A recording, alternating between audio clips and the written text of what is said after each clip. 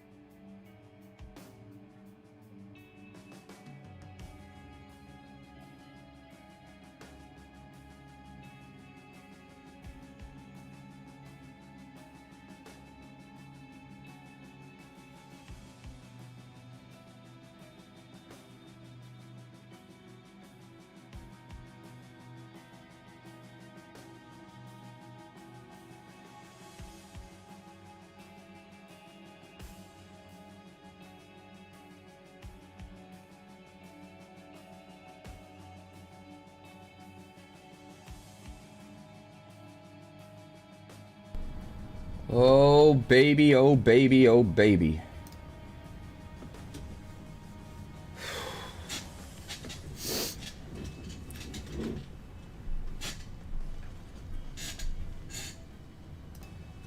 Welcome, welcome, welcome once again, my friends. I'm Richie, this is Capricorn. We are manipulating some digital fate today. Welcome to the stream. Apologize for the late start. I am exhausted. I have been doing so much, too much lately. I still have one more run I need to make to the old apartment to get everything here. And I'm not completely even set up over here yet. Sorta getting there. Sorta getting there. Not entirely there. Have a lot of different collectibles and things that I need to fill those shelves with. Not to mention the rest of everything you can't even see. But we're doing the thing. It is launch day for Avatar. Thank you, Strategic. It has been the craziest few weeks of my life, I'm not gonna lie. I got really behind on a bunch of things I needed to do for the channel and for my personal life because of the back-to-back SCG cons I went to at the end of October.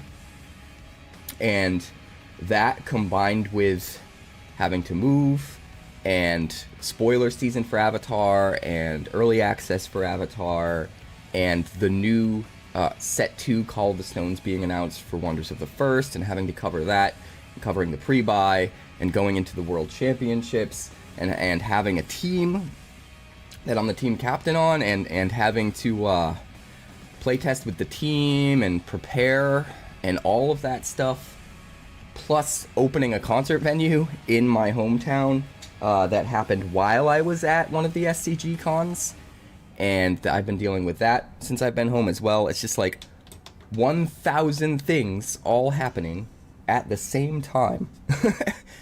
I am jello. I have bruises all over my body. That's the other thing with the move. It's just been me and Jess. It's just been me and no refills. Like, me and her have moved everything ourselves. We have some really heavy couches. And that was unpleasant. But you know what? We're doing the damn thing. You want something done right, do it yourself, right? So, we did the thing. We're here. It's Avatar launch day. Today's going to be a little interesting. We're going to break this up into two.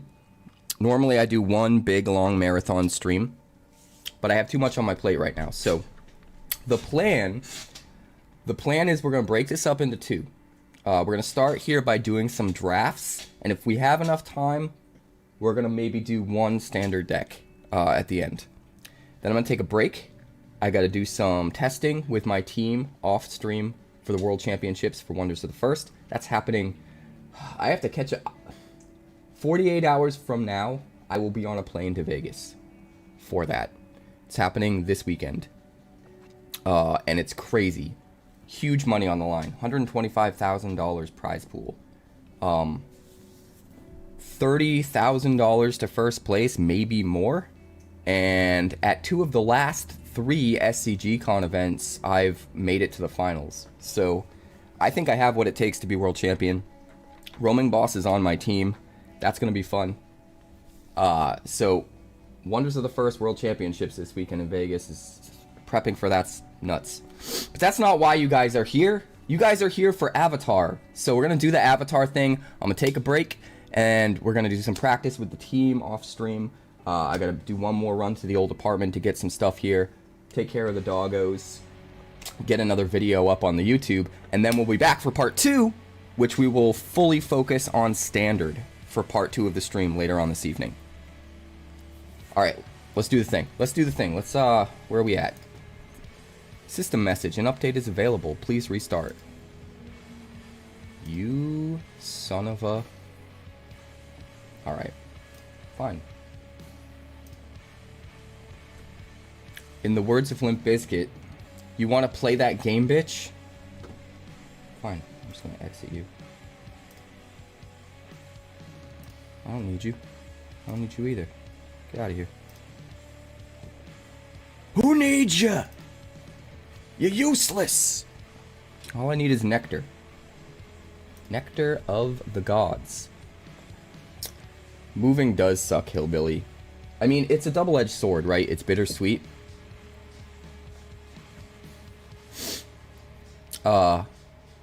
Because you're excited about the new place, typically. Not always. Sometimes you're forced to move out of a place that you really love. But typically you're excited about moving into the new place. And some of the ways in which it's different and some of the ways in which it's better. But then, you know, the act of actually moving is a pain. And you're welcome, Matthew, Mr. Matthias, for the Golgari Earthbend Sacrifice deck. Yeah, I think I've got an Abzan one that's going to be even crazier. Yeah, I think Abzan's going to be even nuttier. Because we can use Felidar Retreat as another combo piece. And we can use the Orzhov 2-drop guy, the legendary that can sacrifice things, as another sacrifice outlet. So we're gonna make an Abzan version at some point. That might even be the first deck we try to make. So that's gonna be fun.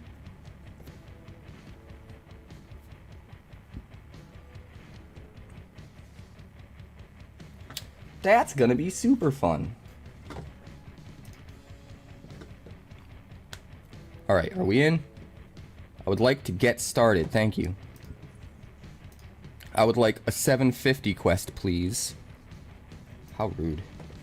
No 750 quests for Cap. I like this background, though. Maybe it's all the orange, the gold.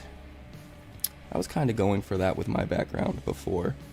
Kind of want to change back to that at some point, but we'll stick with the blue for now. Alright. Let's see what we can see.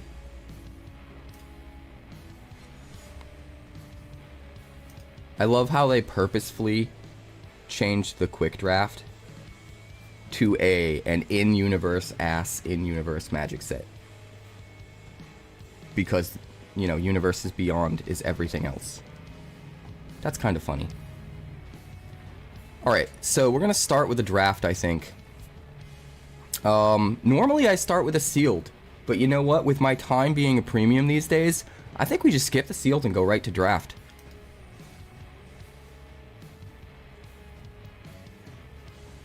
Why they have two icons on the cards. One is Aang's head and the other is his kite.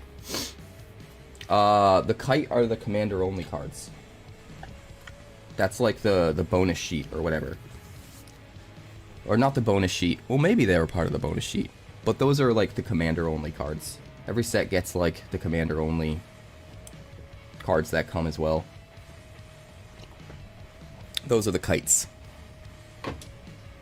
Those are the kites. Them's the kites, boys. I need more volume, apparently.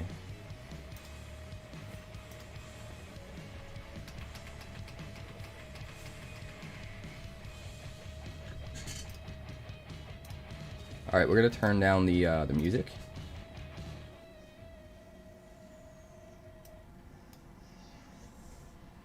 Alright, here we go, boys. We're off to the races. We are off to... Well, this is different. Diligent Zookeeper. That seems pretty good.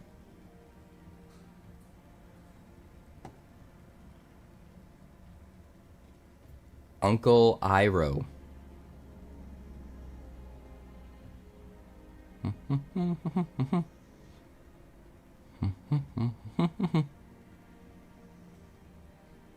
That seems pretty decent.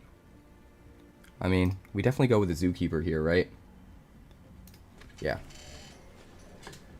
We definitely go with the Zookeeper here. And then let's see, we've got Submersible.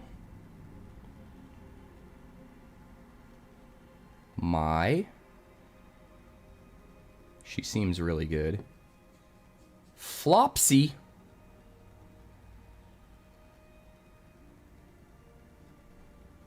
Flopsy might be the way to go. It gets a +2/+2 from the Zookeeper.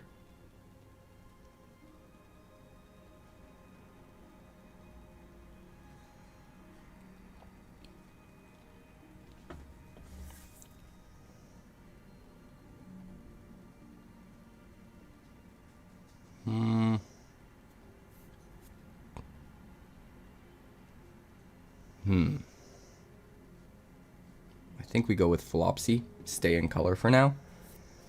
There are a few other cards that I think are on par with Flopsy here.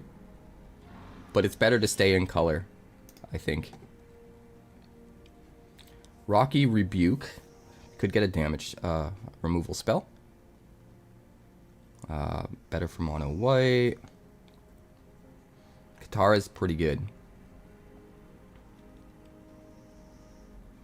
Zuko seems pretty good too. Although these are humans. We probably want to focus on non-humans, right? I think we just go with the removal spell. And double down on the direction we're going. It also cuts the player on our left off from green for the most part.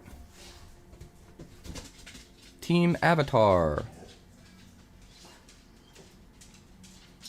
I mean, that seems really good with what we're doing. June.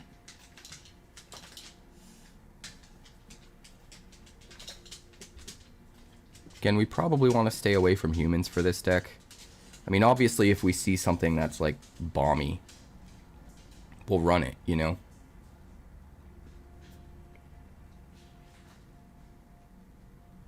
But I think for the most part, we want to stay away from humans. I think we take Team Avatar. Another Team Avatar. I mean, that could be really good if we're just going Selesnya go wide.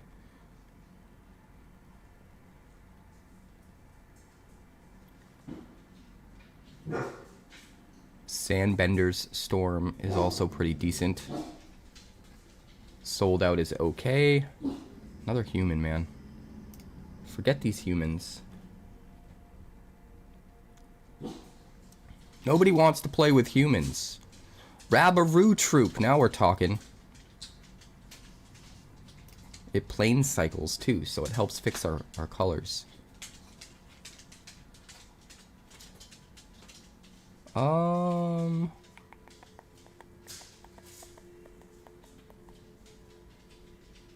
Yeah, I think that's the way to go. We'll take Rabaroo Troop.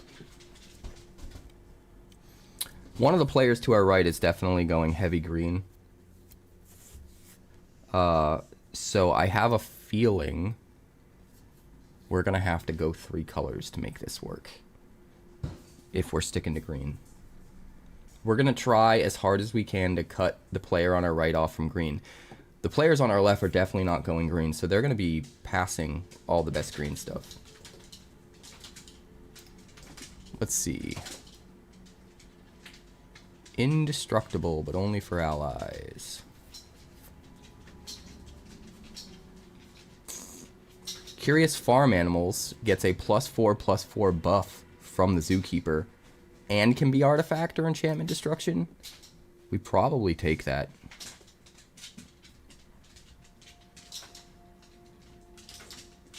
Yeah. We're going to take that. 4 damage, target attacking or blocking creature, you gain life equal to the excess damage dealt this way. I think that's probably the way to go. It's also the Fire Nation Warship.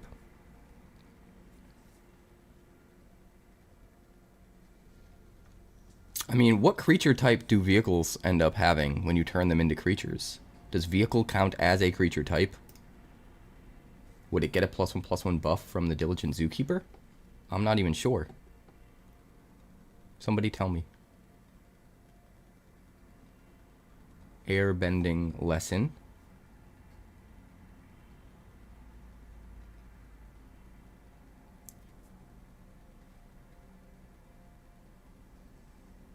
I think we take the airbending lesson. Airbending Flopsy seems good. Another curious farm animals. Also a foggy swamp vinebender. It doesn't get the buff, but still seems kind of good.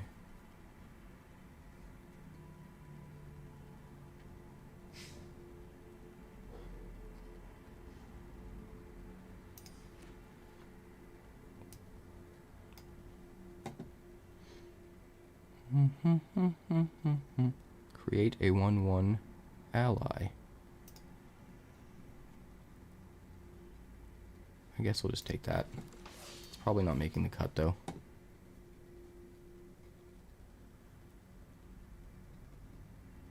Earthbend 2. Sure. None of these are making the cut. So it kind of doesn't matter.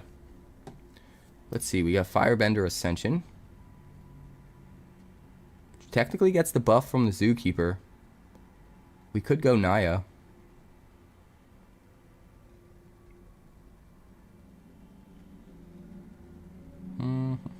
Allies at last. Seems pretty good. Another Rocky Rebuke.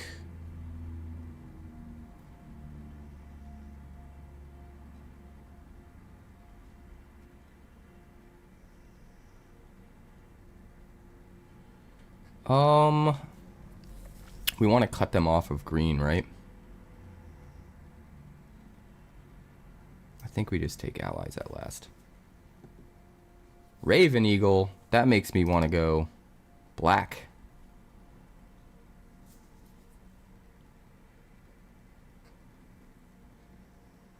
I mean, Appa's just sick, right? We probably need Appa. Or Path to Redemption.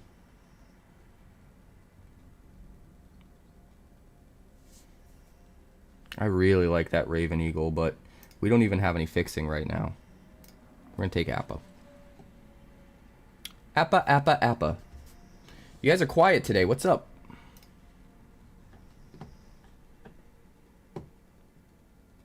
What's everybody up to?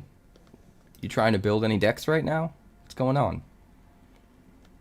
Graveyard to your hand and create a clue token. 4 or greater. Earthbend 3. I like path. I like all the removal, thank you.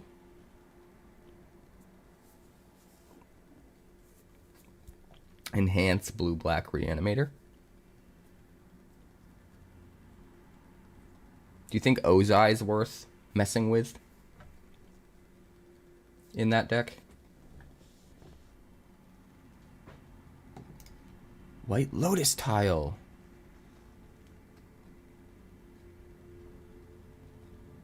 What an interesting card. Enters or attacks, sacrifice another creature or artifact, put 2 counters on Heibai. Put its counters on target creature you control. Huh. That's tempting.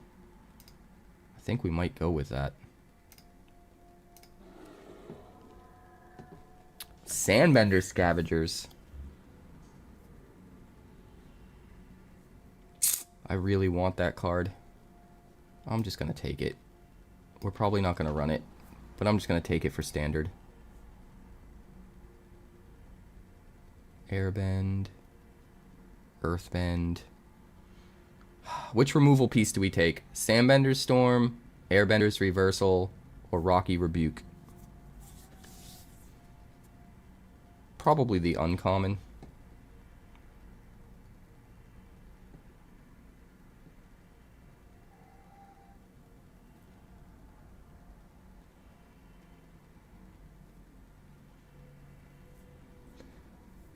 Are you saying you didn't like the pick 2 drafts?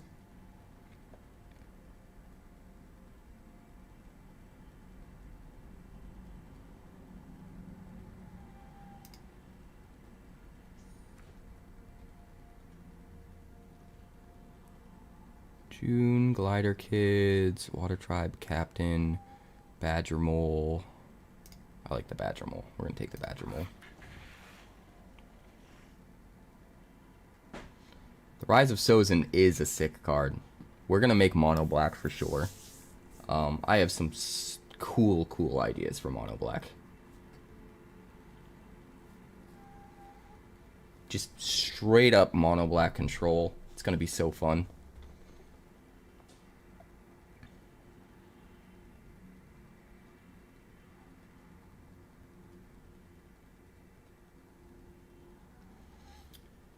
Pick 2 draft is bad, in my opinion. The only reason they did it is because that set was like thrown together and had less cards than a normal standard set, and they realized it was bad for drafting. So they did pick 2 draft to try and make it at least draftable.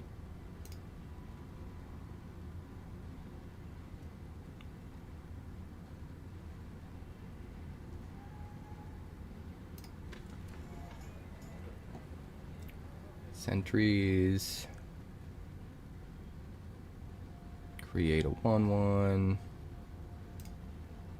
How many 4-drops do we have? How many 3-drops? Guess we'll take you. I think we want Foggy Bottom Swamp. We might be able to splash a little bit of black in here. We've already got Hay Bay, which is nice.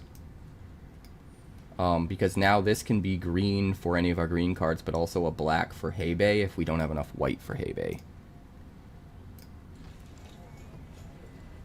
Which is good. If we can splash a little bit of black here, I think we're happy. Fated Firepower. Master Piandao. Look at the top 4 cards, reveal an ally, equipment, or lesson. I mean, that seems kind of good. Uncle Iroh is also tempting.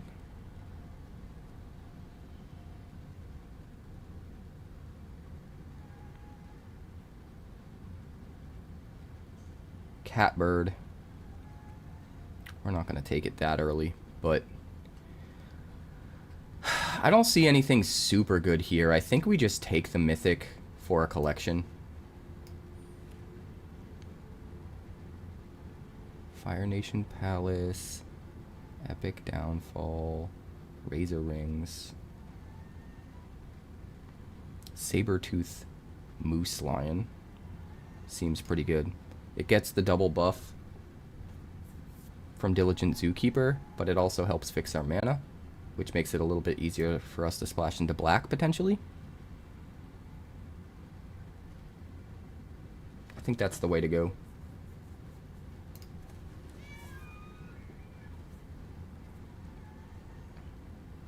United Front? Holy moly. Yes, please. Give me that. 2 Katara the Fearless? What is going on? Apparently nobody's in Bant.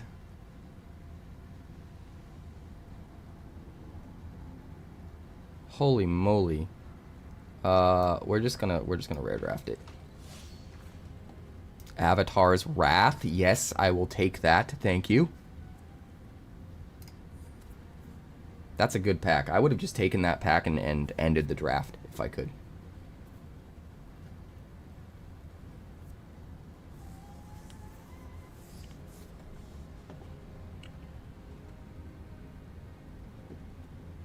Another Appa Loyal Sky Bison.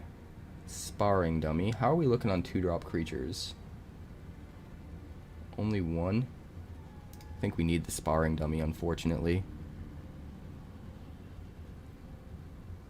Our curve is the most important thing right now.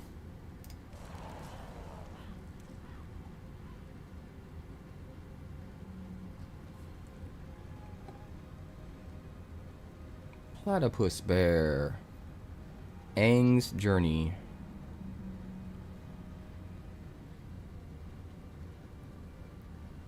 Another Pretending Pox Bearers.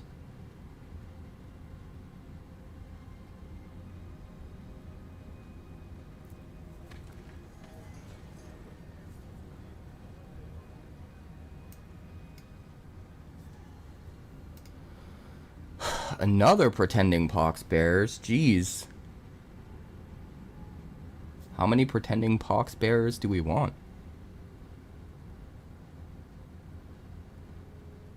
1, 2, 3, 4 drops.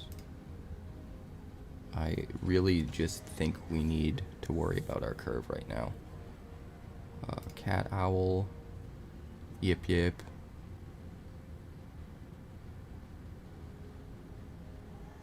We'll take cat owl. I like the cat owl. Leave me alone.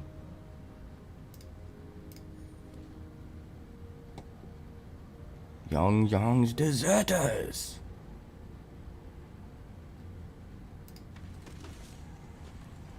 Glider staff. Airbend something. Give your dudes some love. I actually really like that card.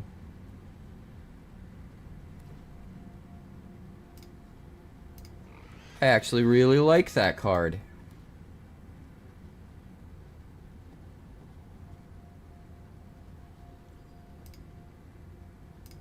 Alright, boys. This deck actually looks pretty good. We do need to decide if we want to splash black.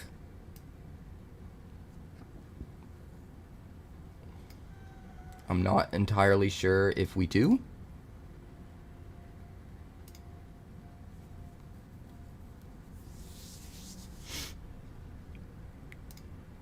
I think it all comes down to sacrifice, right? This gets counters if we sacrifice, and then it gets something big back when it eventually dies if we've sacrificed a bunch of things prior. And deadly precision, we've got 2 pieces of deadly precision, which is good as a way to sacrifice things. So if we have enough other sacrifice in the deck, just organically, then I think we consider splashing some of those stuff.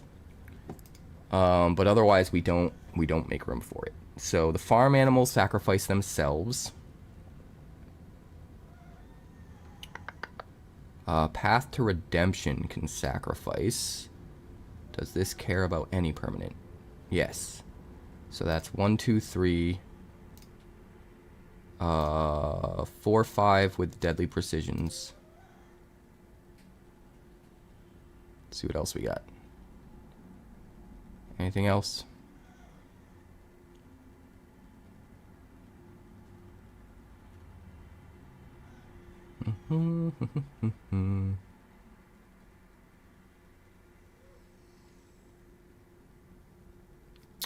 Six with Hey Bye.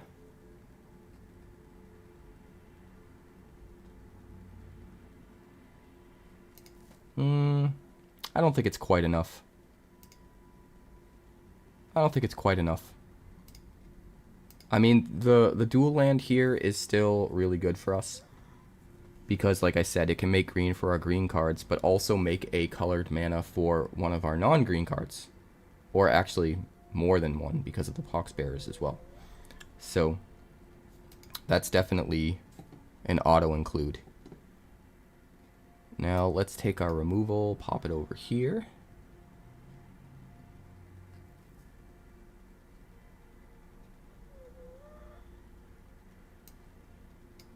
I can't believe we got an Avatar's Wrath that late.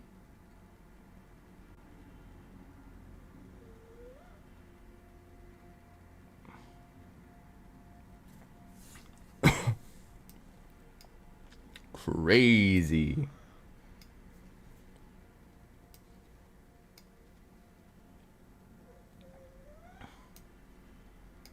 Dude, look at how much removal we have. You're not removable. Get back over there. Insane. Look at all this removal, dude.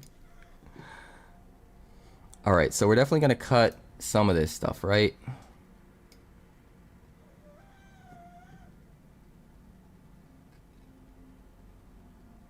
We can cut Origin of Metal Bending, I think.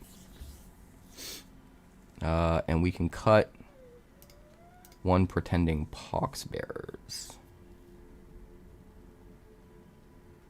Or, I mean, are the Poxbearers better than Zhong's Deserters? Unless we have +1/+1 counter synergies, I think so.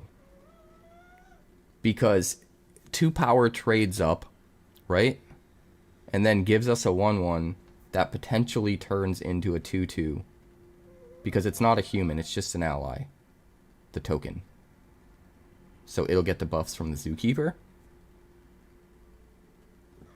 So unless we can really get extra value off that +1/+1 counter, I actually kind of like the Poxbearers better.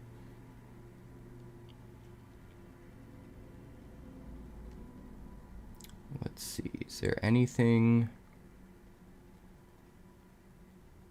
I mean, Heibai having another counter on him means when he dies he can put that counter somewhere else as well, which is kind of nice.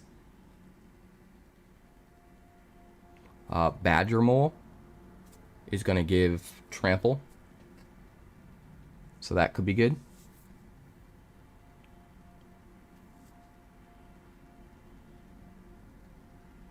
Could also potentially turn on Flopsies. Can't be blocked by more than one creature. If we put it on like a 3-power creature.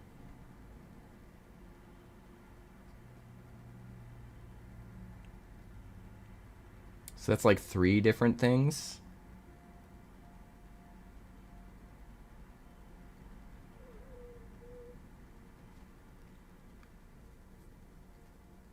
Huh. Whereas the Poxbearers, they synergize with Zookeeper better, so that's 1.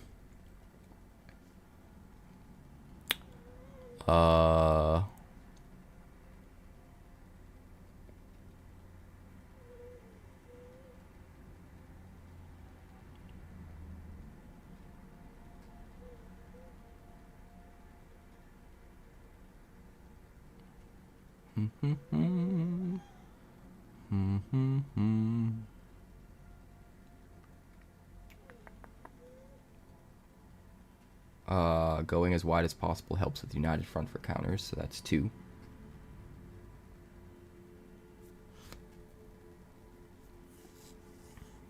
Kind of Flopsy the same way. But being able to trade and still have a creature on the battlefield so that our team avatar is better removal seems pretty good.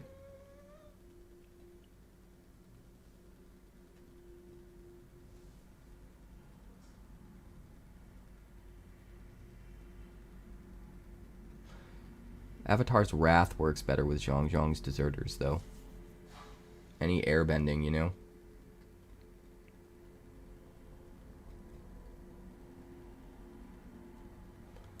Alright, I think we go 2 Pretending Poxbearers, 1 Zhong's Deserters. I could see arguments for going either way, but I think that's right. We're gonna get rid of Wall-Top Sentries. And Vengeful Villagers. Alright, this can go into 2. This can go into 2 because they fix our mana. And now this curve is looking decent. We're a little light on creatures, but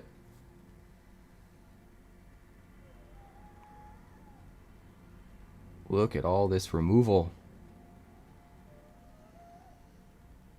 I think it might be okay because of all the removal. 1, 2, 3, 4, 5, 6, 7, 8, 9, 10, 11, 12, 13, 14, 15.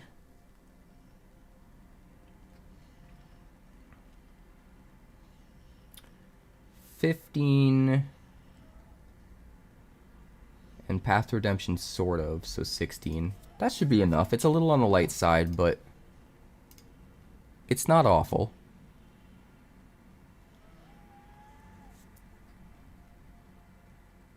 Oh man, there's another Rocky Rebuke in here.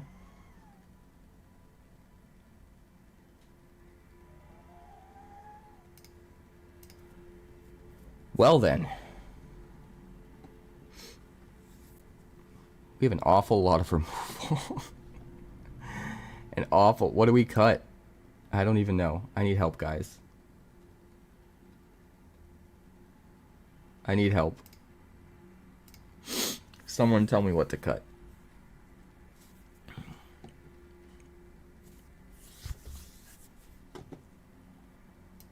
Like, we definitely keep Avatar's Wrath, right?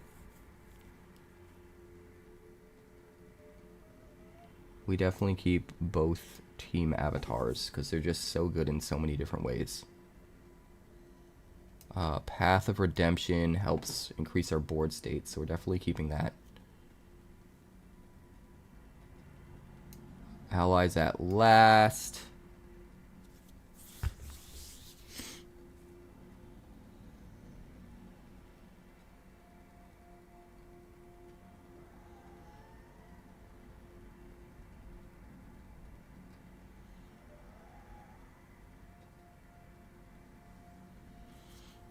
Do we end up cutting the Razor Wings? Is that what we end up cutting? I think that's what we end up cutting. And the airbending lesson. It would be nice to airbend something and draw a card.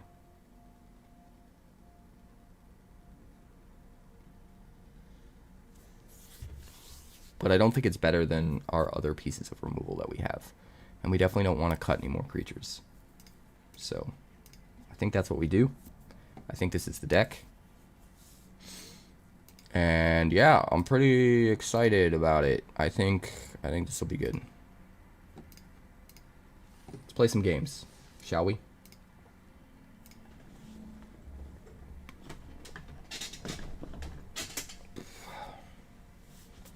I think I need to recenter my webcam a little bit. Still getting used to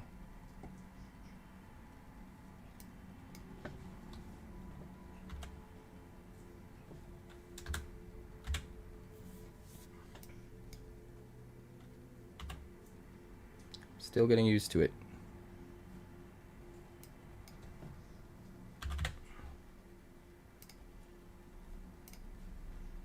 Maybe something like this.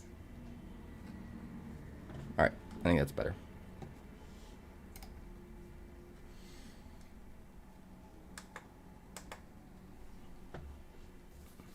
And a little bit more light is also better. Let's do this thing.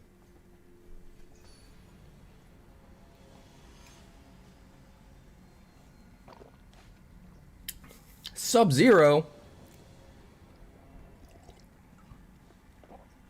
I think I need a little bit of sound reinforcement in here. No white mana. No white mana. This is better. We'll keep 6. Deserters on 2.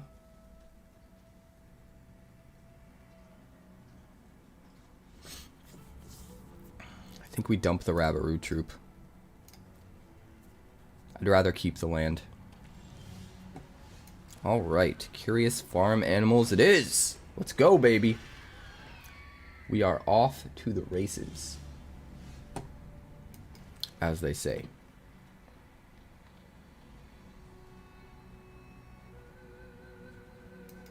Guess we do it like this.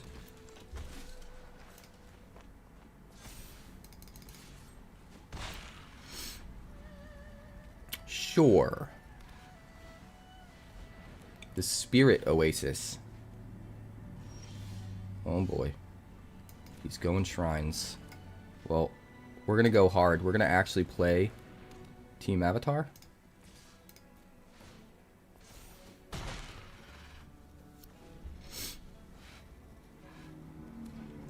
Nice, very nice. Ooh, he's just drawing, man. We're gonna beat him so quick. Play the Poxbearers. Swing for 5. And if we really need to, we can sacrifice the farm animals to destroy that spirit oasis. Is he playing mono blue? Sub-Zero indeed. Just started, Finn. This is the first game. Seems to be going pretty well, though. Create a 1/1 ally, sure.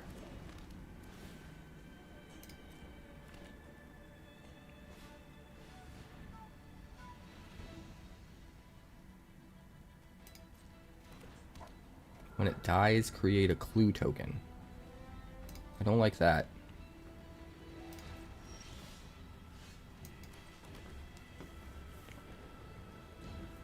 I don't like that. So let's do this. Let's not give you a clue token.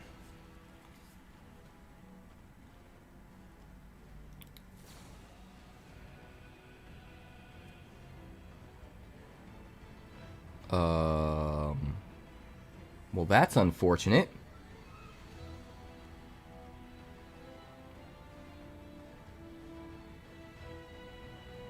Sure.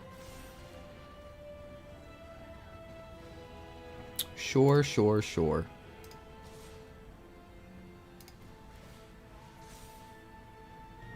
Would you like to double block, sir?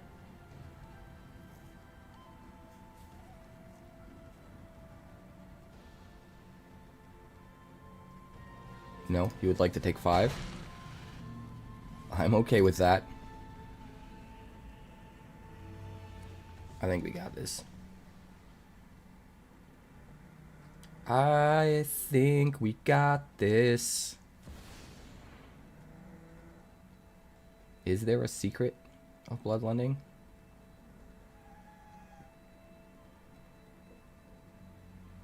He didn't pay the additional cost, right? Just the combat phase. During their next combat phase.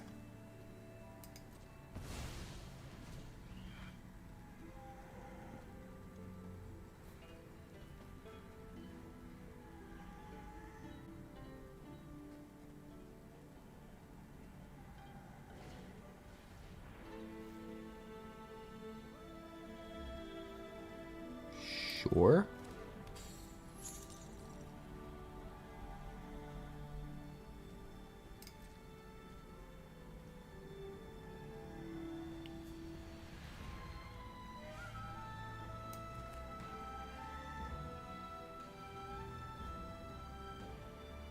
They're gonna attack with everything so that they can do a favorable trade. So we're gonna do this before he...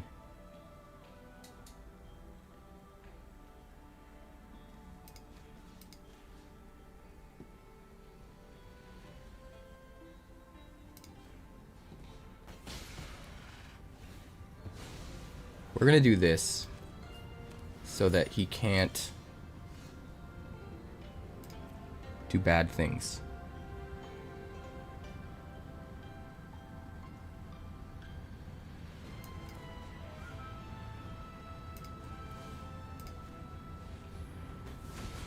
He's just gonna make us waste things anyway.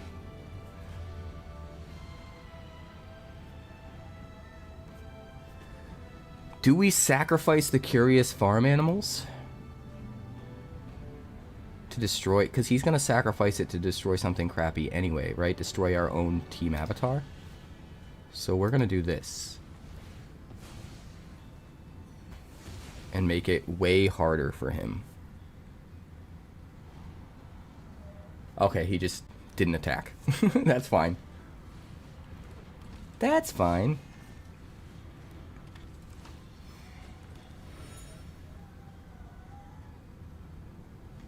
That's quacktastic.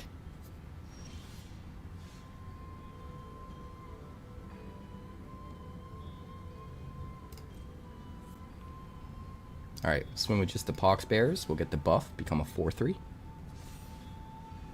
See how he decides to block. With the 1/3.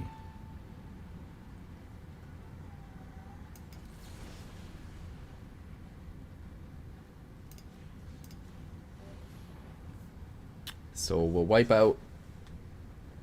He'll waterbend a oh, he didn't.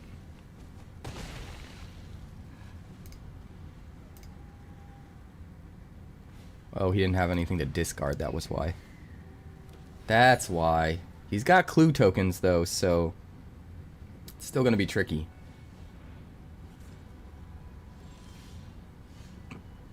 Ah, we're one away from Flopsy.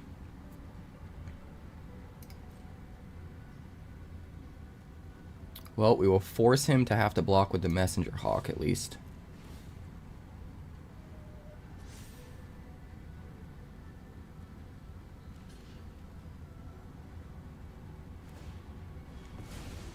Unfortunately, you can only draw one card.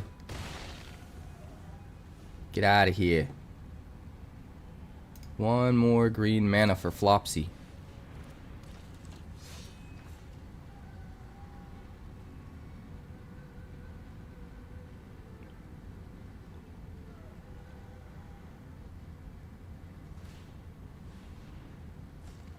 Okay. Airbend up to one target creature.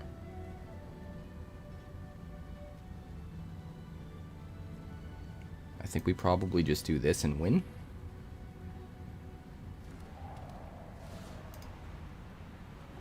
Although we could have airbent our own Zhang's Deserters.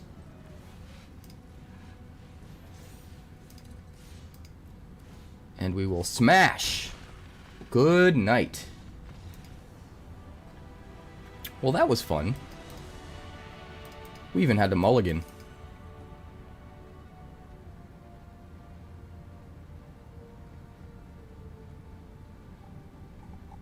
Say it ain't so, I will not go.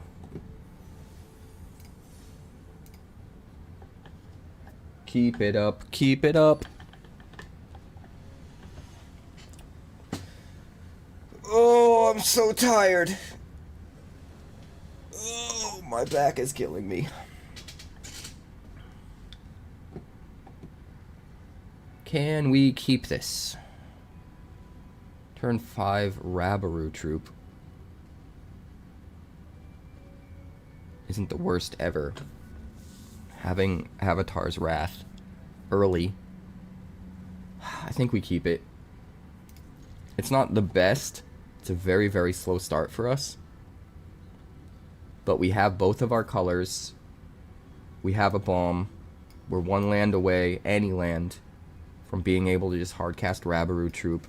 And we've got a little bit of removal to stall our opponent in the meantime.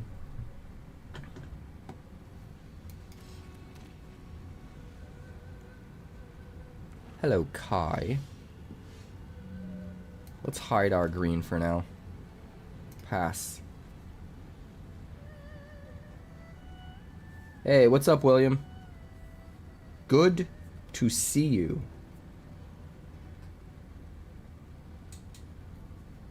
We are doing the damn thing.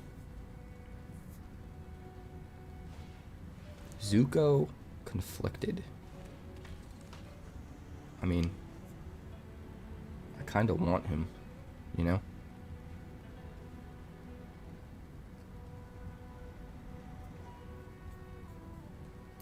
I kind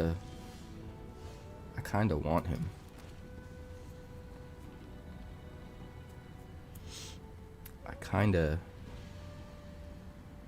Let's just stall him. Let's stay mana efficient and stall him. I'm tempted to put Path to Redemption on him, so he can sit there not being able to attack or block and having to go through all of the modes, and then eventually just comes to us and the path falls off and we get to use him. That could be really cool. But I think staying mana efficient, getting Glider Staff out, getting some tempo advantage off of it is a little bit better. I agree with you, William. I agree 100%. Vindictive Warden.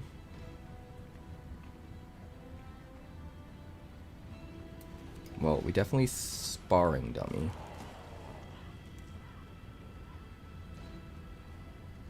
I think we kill this thing with Airbender's Reversal.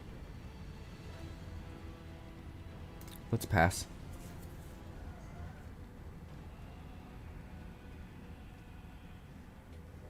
he will be able to use the ability. So in that way, Path to Redemption might have been better. But the problem is, if we Path to Redemption, he can still activate the ability. He won't be firebending to get mana for it, but he can still activate the ability whenever he wants, until we finally pay 5 and sack the aura. Yeah, Badger Mole Cub is busted, man. It's this set's Vivi, 100%. And I'm not saying it's as broken as Vivi. I'm just saying it's the one card in the set that's like got power level beyond what I think they might be anticipating.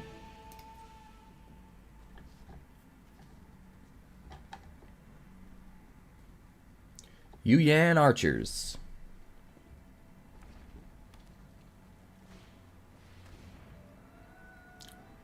Zuko Conflicted.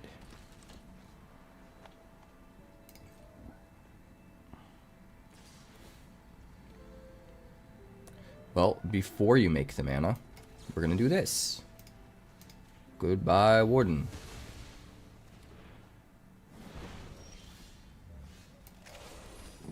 And we will Rabberoo Troop.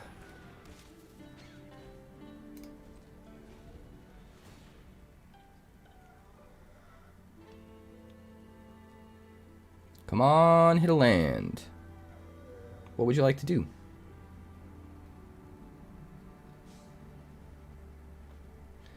I think the +1/+1 counter should normally be first, so that you have as many turns as possible to get that value. In this situation, you can't really swing with it, so might make sense to draw the card.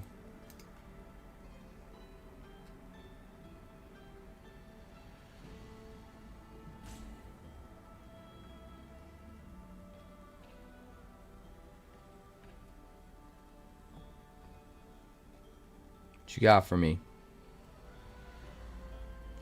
What you got for me?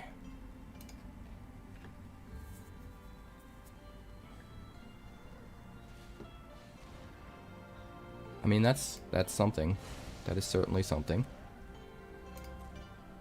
Swing with the archers, I assume.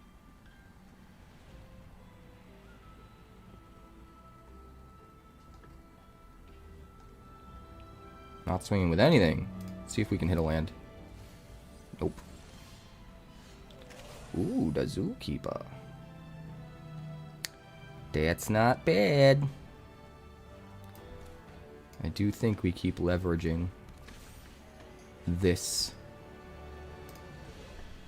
The board state. We don't want to blow our load on the Avatar's Wrath too early. We want to make sure he built up a ton of value before we use it. And we probably don't want to Path to Redemption until after we Avatar's Wrath, if possible.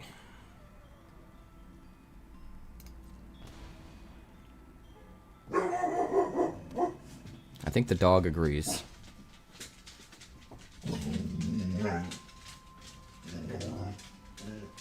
I think the dog agrees. Another Vindictive Warden? Sure. Play another creature. Do it. Put a +1/+1 counter on this creature.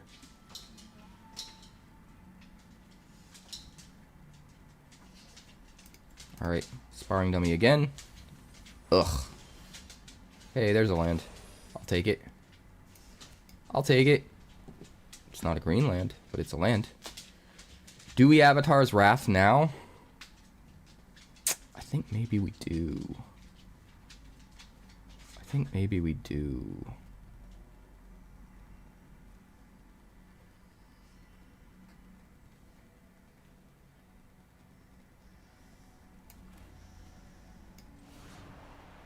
Target up to one creature.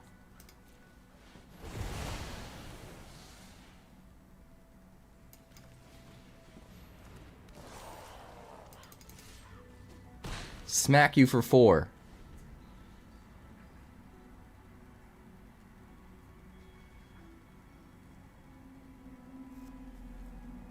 Can't play any of those this turn.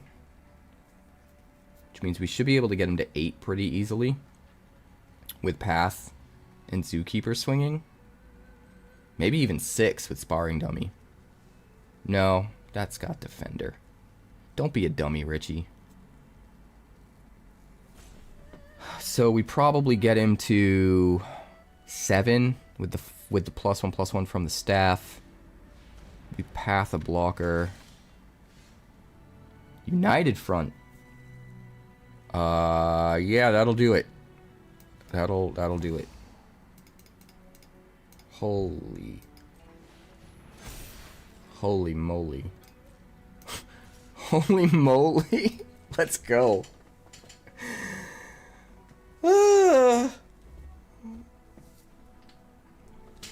Side note, that needs to be a deck, right? A name for a Badgermole Cub deck. Holy moly. I like that. I think he's done so, man. We've got Path if something super problematic comes out. We've got Glider Staff to give flying. We've got a whole team of nasties. United Front is wild.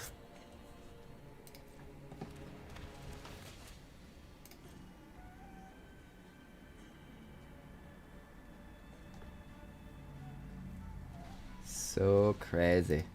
So crazy. Borcupine.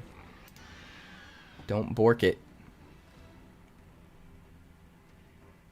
I think we Path the Reach guy.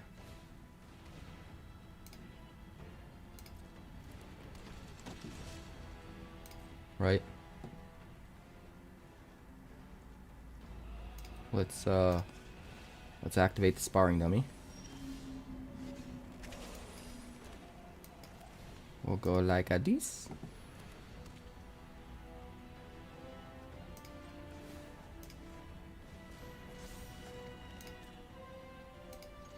And we will smash with the team. Good day, sir. I bid you good day.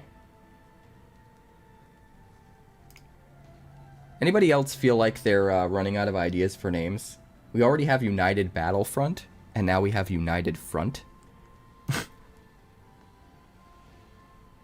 we make a front dot deck?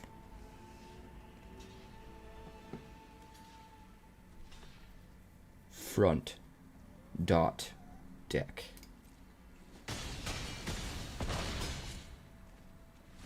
Insanity.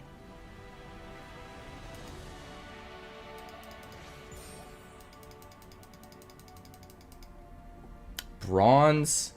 Man, we gotta fix that. Bronze.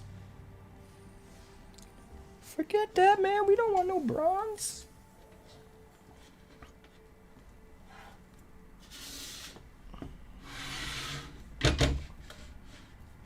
I want more of this. Hold on.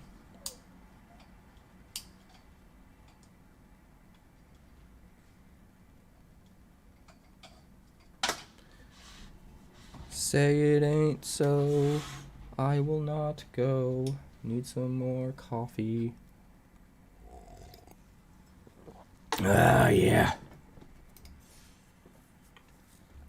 Unquenchable thirst. Quench.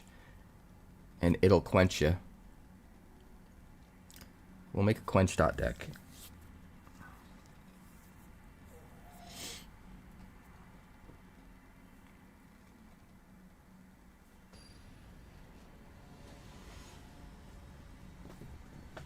We're quenching here. Right?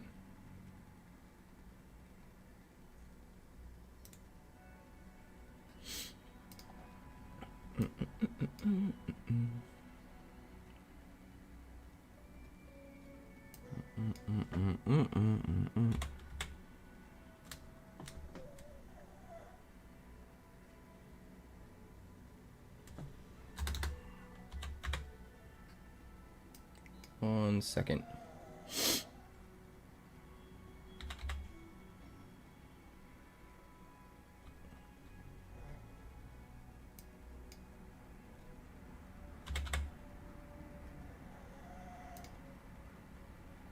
I'm just trying to get my scenes sorted. Alright. Das ist better. This looks great. Let's keep it. We have all of our 2-drops. So I guess it's just a matter of, do we want to be aggressive or do we want to be defensive? I guess it depends what he plays. Probably aggressive though, since we're on the play. Play the Pox Bears. If we need to, we can play Zhang Zhang's Deserters to buff it up.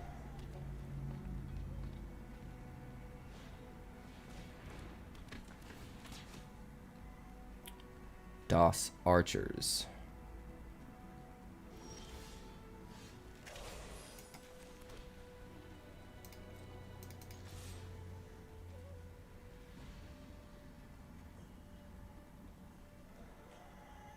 Play the Sparring Dummy. Because we could use Zhang Zhang's to put a counter on it to make it a 2/4 to block this effectively. It also probably keeps him from swinging because he doesn't want to trade his archers for my Sparring Dummy.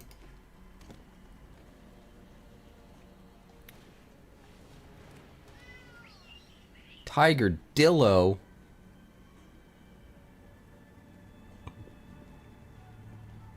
Tiger freaking Dillo.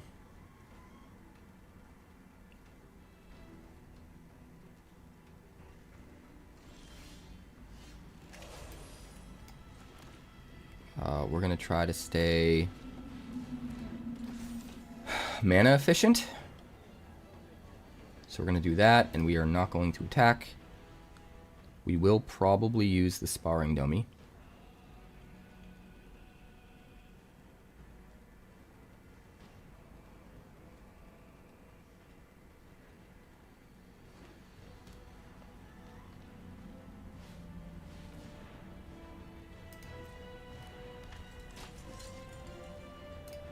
Would you like to attack, sir?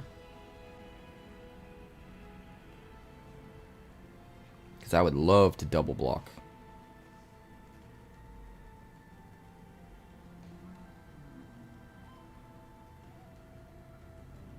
How greedy do I want to be with this united front? Probably pretty greedy, huh?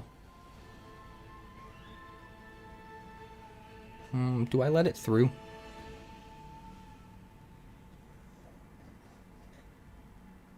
If I double block, he kills the Sparring Dummy, right? I would rather have another creature that can get a counter. I think I let it through. Double blocking is good for us here. But because we have United Front, there's just even more value we can get.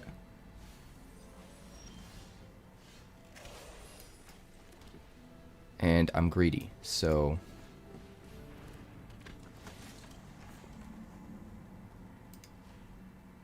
we'll do it like this. Pass the turn. And then next turn we'll United Front for 4. And it'll be insane. But this should keep him from swinging.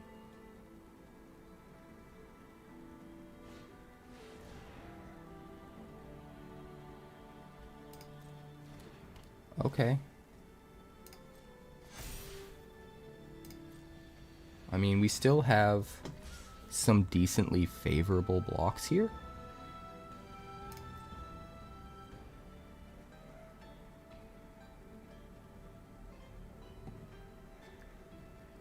Do we just take 12 and go to 4 and let him draw cards?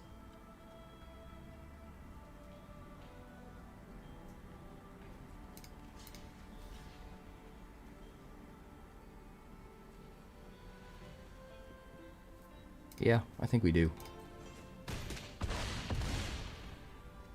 The United Front is just insane. Like, it's going to be... I wouldn't fault anybody for doing some more trades or chump blocking and playing it safe. But I think we're okay at 4 with United Front. We'll use Sparring Dummy. Hit the land. Sick. Draw a card. Play a land.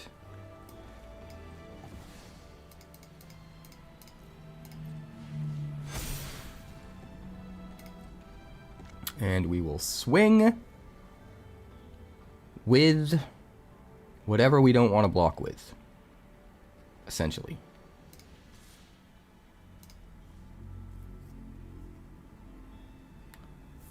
We block this with a 3 power.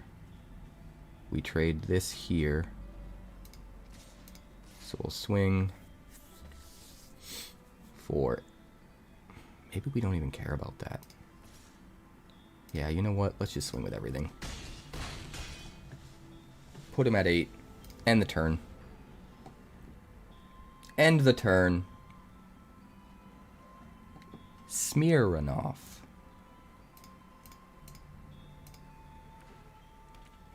We'll give him the Happy Angel.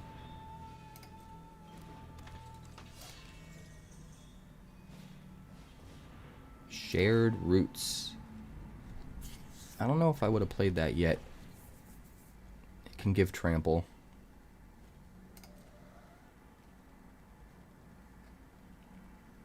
What you gonna... Oh, he's basically giving up.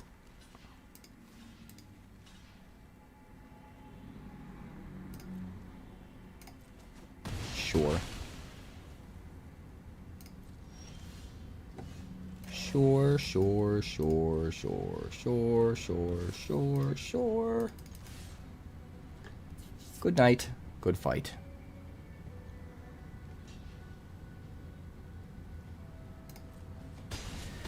United Front, man. United Front is wild. Just need a bunch of mana and a bunch of dudes. That's it. That's all you need.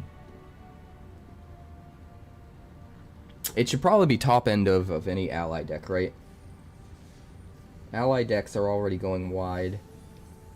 And you've got that dude, Divine something or other, that lets them all give you mana.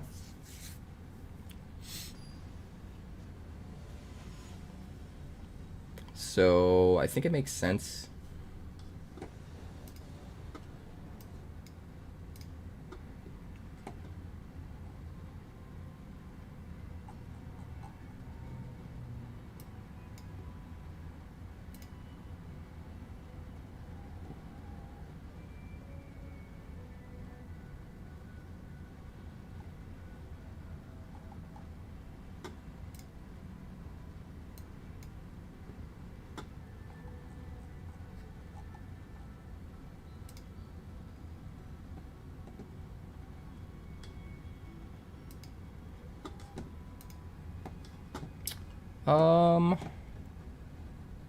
I mean, we've got both of our colors, but the rest of it's kind of expensive, huh? I think we still try it. It might be a mistake because we're on the play.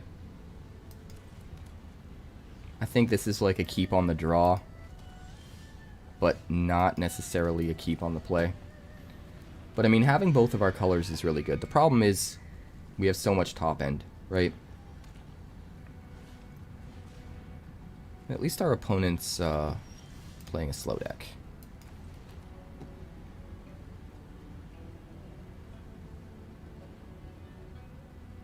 Airbend up to 1 target creature. I mean, I kind of want the staff out there, but I also think I just need to be taking my time with it. Worst case scenario, it sets them back a whole turn, so it's not a big deal that I'm waiting a turn to play it, if that makes sense.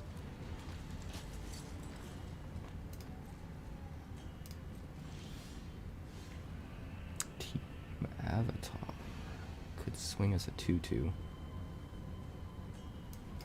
We're just going to do this. Get a little bit of value out of the glider staff. And we can get the buff and flying next turn if we need to. But also, if we top deck a land, we can play the Zookeeper, which I love.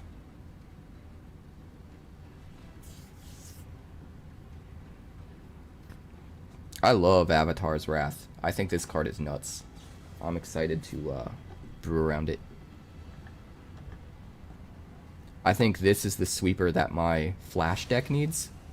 Is it just me, Finn, or you think this is going to be nuts in the Flash deck? Because I think this is going to be nuts in the Flash deck. Trying to stay mana efficient here. Since we have Avatar's Wrath, I'm going to do this. And if we draw the land, we Zookeeper. And we swing for 7. And if we don't draw the land, we can equip the staff and still swing for 3.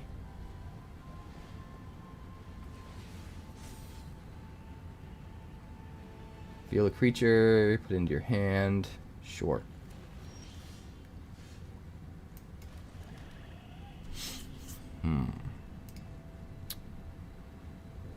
Swing 3. He's got a prowess guy. Do we swing 3 or do we hold up? I guess we get this equipped while we can, right?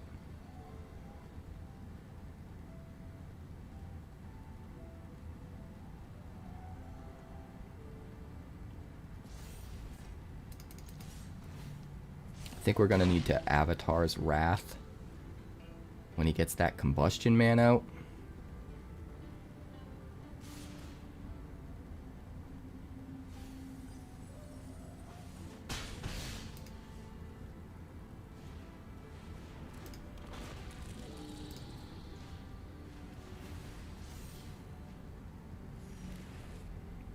Well, he missed out on some damage there. I don't think we Avatar's Wrath yet.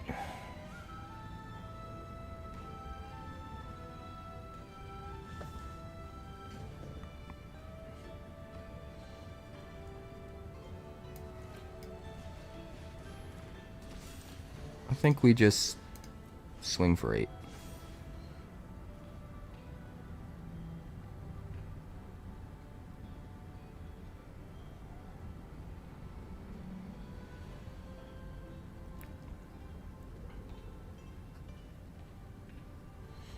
Next turn, I think we play the Pox Bearers and hold up the reversal. Having the Pox Bearers out when we play, is it High Bay or Hay Bay? I think it's High Bay. We can sack the Pox Bearers and get value, which I kind of love. So we want to get the Pox Bearers out before this, for sure. Non-lesson, instant, and sorcery has flashback. But lessons also have flashback for just 1.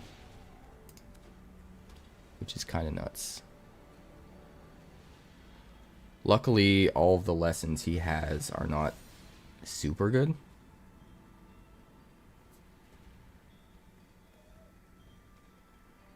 It's a lot of land search. This can grab a creature. It's not like removal.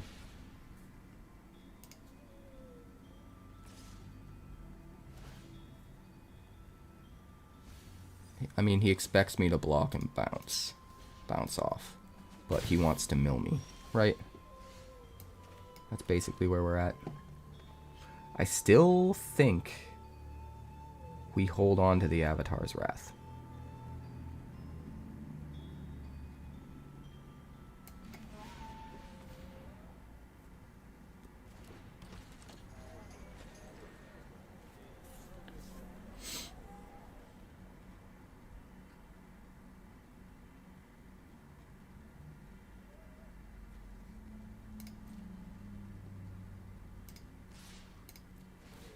And we'll hit for 9. And we'll hold up the reversal. Next turn, we almost definitely Avatar's Wrath. I'm just worried about him getting this guy online.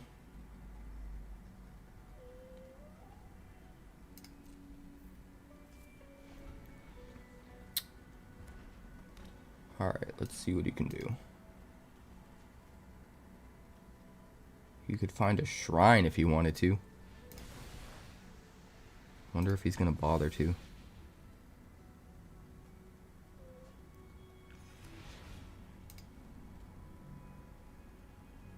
Hey, bye. There's the combustion, man.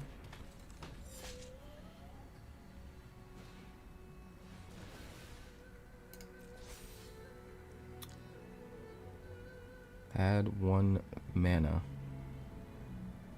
Sure. Pass to attackers.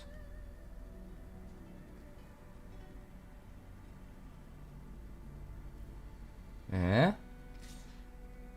Oh, he's swinging.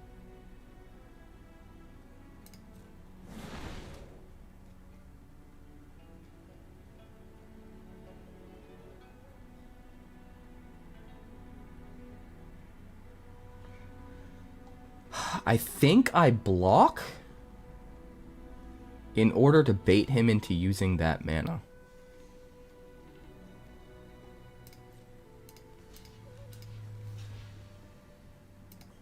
Even though we're going to play the Airbender's Reversal anyway, if we could potentially bait him into using that mana, I think that's good for us.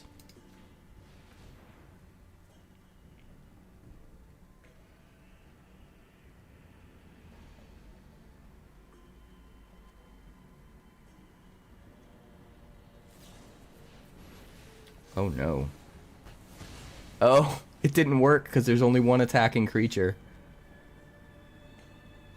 Dude, that's sick. Do we even need to Avatar's Wrath? I don't even know if we need to.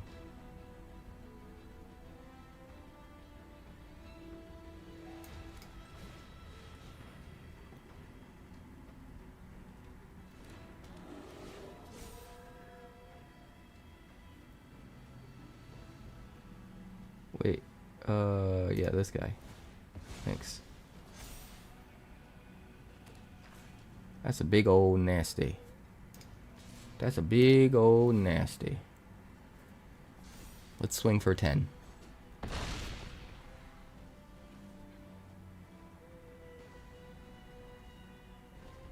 Oh, baby.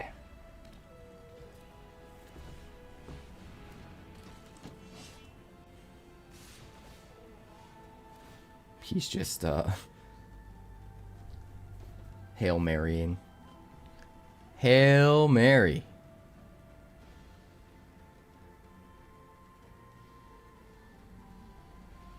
Equal to his power. What is he targeting? This guy? Decline. Wait, what? Now I'm confused. I thought decline would be me declining to take the damage. Oh, wait, yeah. I needed to take the damage. Oopsie. Whatever. Whatever. We still got him. Yeah, I got it backwards. I thought I had to decline in order to take the damage.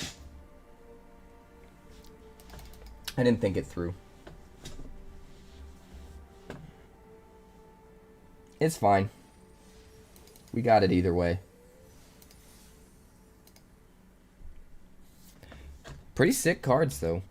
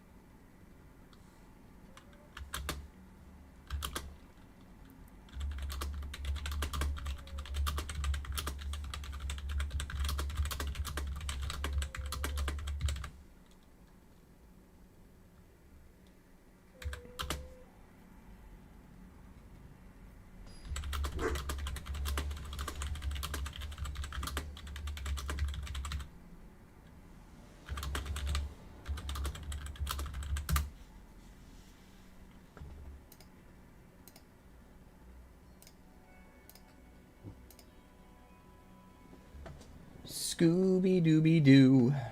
All forests and all white cards. How typical. This is not much better, but we do have the Rabaru troop, so we'll keep it. What the hell do we put back? One of our 6 drops, right? Which one's gonna be better? I think Flopsy's gonna be better. We'll put you back.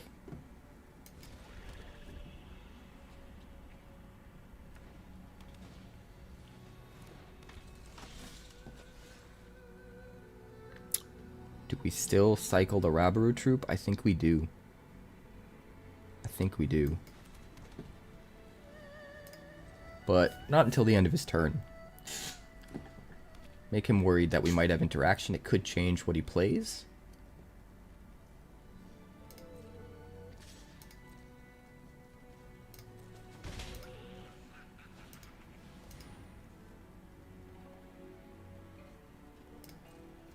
Haru. Earthbend 1. Alright, we will plane cycle. We will play it. We will not United Front. We just gotta stall the game out. Basically.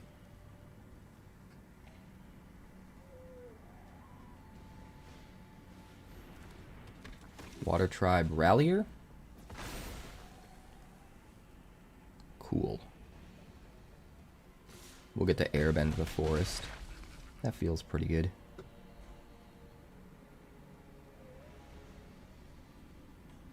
Surprised it's the forest he turned into a land, though. Really surprised about that.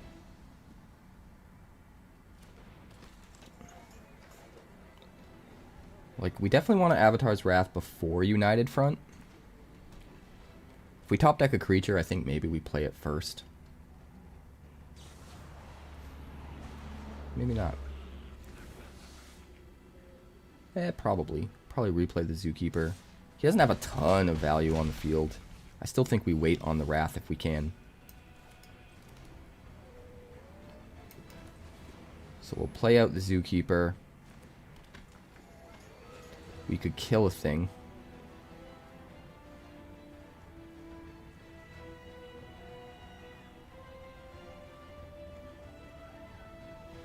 Or we could just play it out as the enchantment.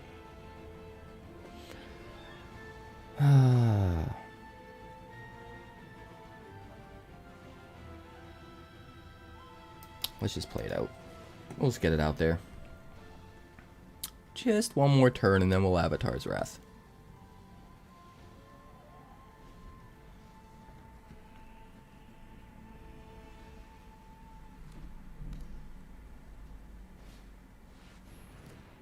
The Warriors.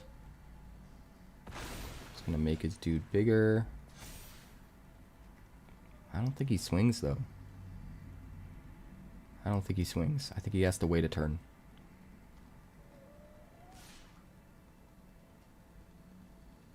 Huh?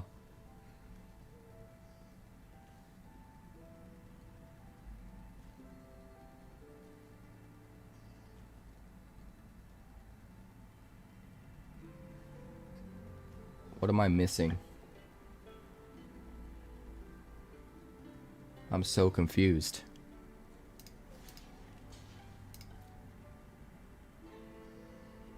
Does he have something that's free?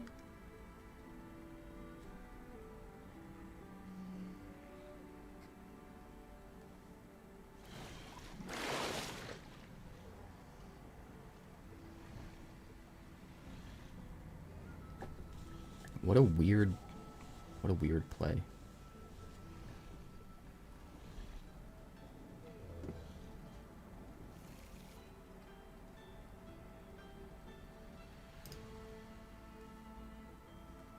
It's not an ally.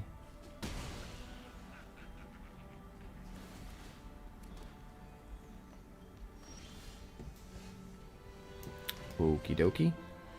Well, now we have a 6th mana. Do we want a Flopsy first? I mean, it's kind of greedy.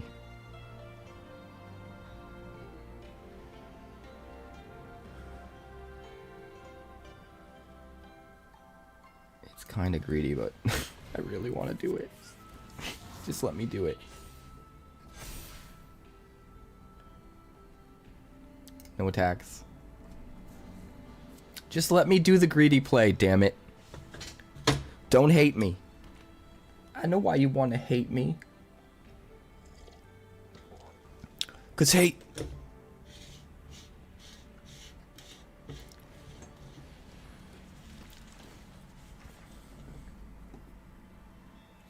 Cause hate is all the magic's ever seen lately. Dun, dun, dun, dun. I blame Watsy. Come on. No, you're gonna wait. You're going to wait a turn.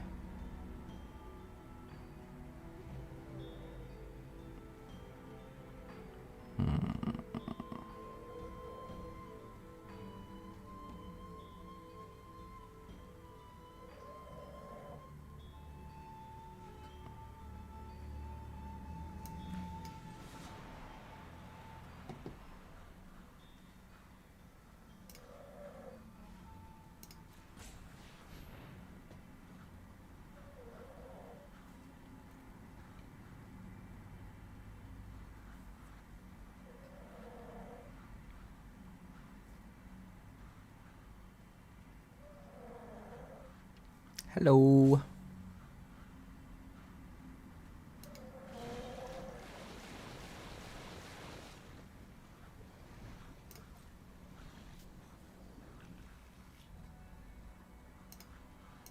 Thank you.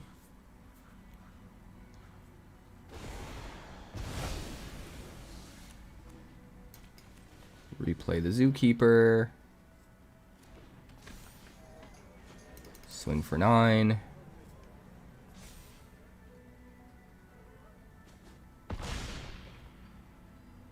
United Battlefront for 4, possibly 5.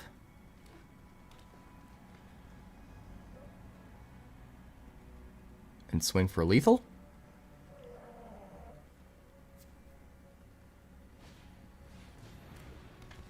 Flying Death Touch. Well, that's not good.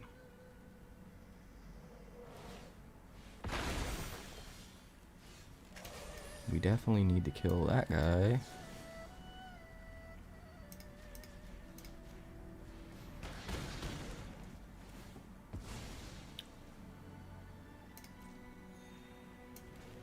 We're still gonna do it.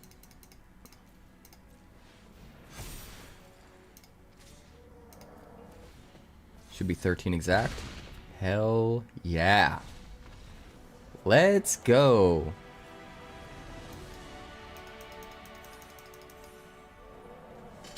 Seems good to me. It seems good to me!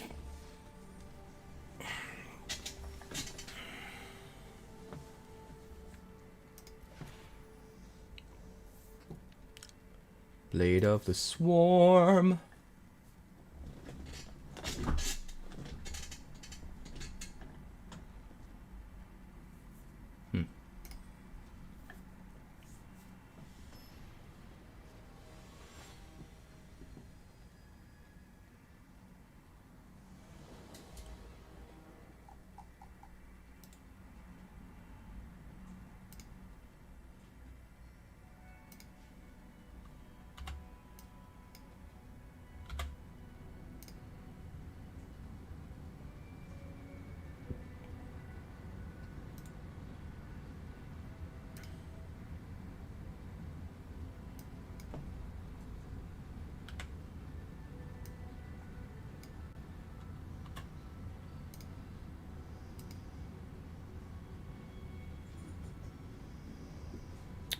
All right.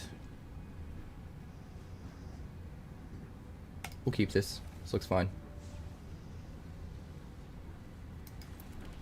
We don't have any creatures, but who needs creatures, right? Who needs them? Nobody. Corrupted court official. Oh no.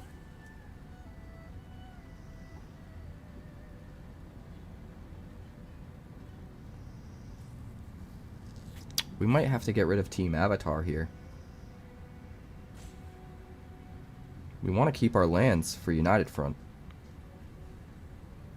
It's either Team Avatar or Glider Staff. Since we don't have a lot of creatures to use with Team Avatar, I think this is the one that goes.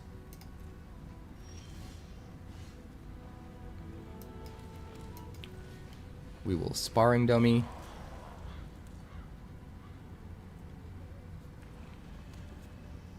I really don't want to Glider Staff the Corrupt Court Official.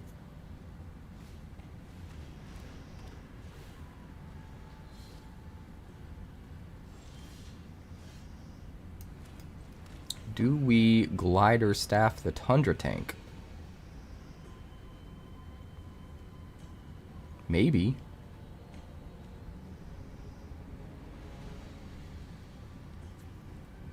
We do it now while he can't get as much value off of it.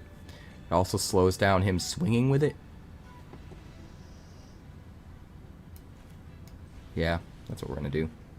Oh wait, you can only airbend a creature. I screwed up. I screwed up. That's a creature, not a permanent.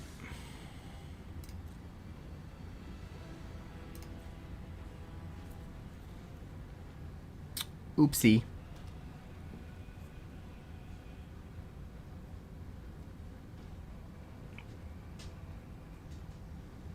Yeah, we should have just held up the Airbender's reversal and used it to kill the Tundra Tank when it swung.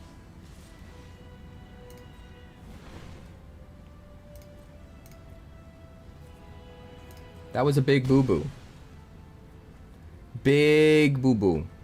Big bada-boom.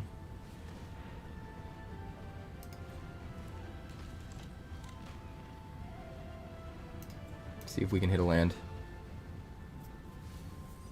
No dice. At least we got rid of something expensive, though. Do we just United Front now? Make 3 tokens. 3 2/2s and a 2/4?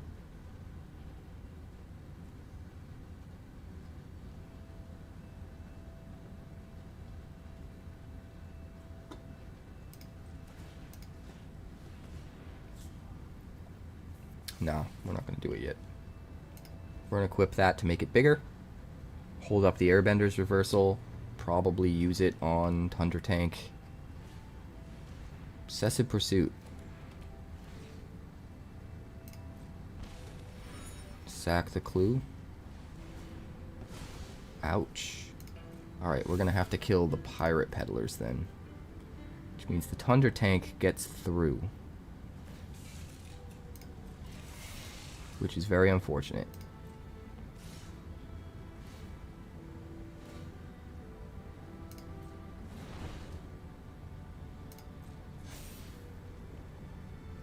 Or do we?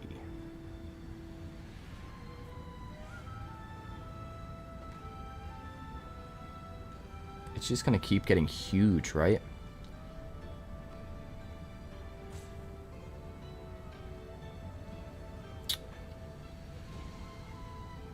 Death Touch sucks, man.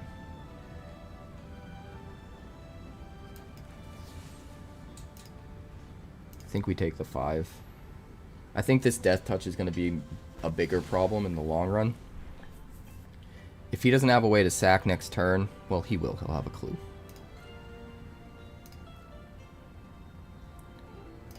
So we're just going to have to trade some tokens, I guess, for the Tundra Tank.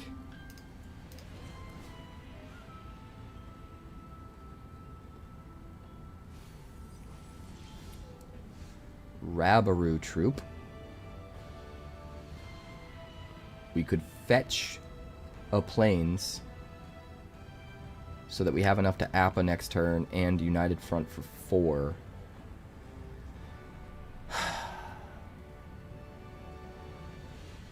I think we need to desperately try to hit a land here so that we can play United Front for 4 now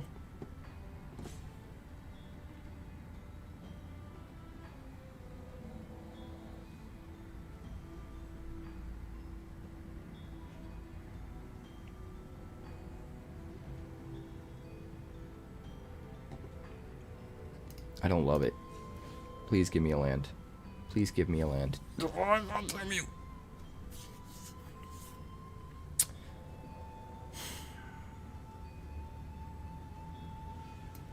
Alright. We're just going to take it on the chin. One of the next 2 cards has to be a land, right?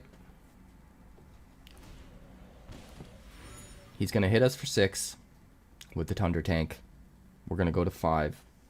That's fine. Then we're going to get super big with United Front. No! Who plays discard? Bullshit.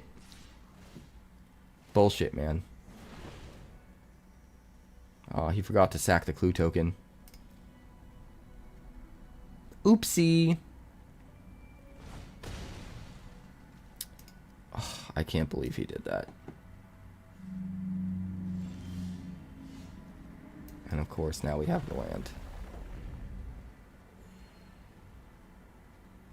Now we have the land. Pass the turn.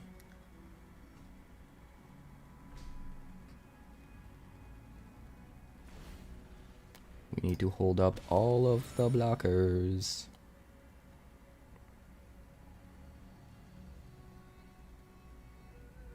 So I'm pretty sure he just has to commit to sacrificing clue tokens.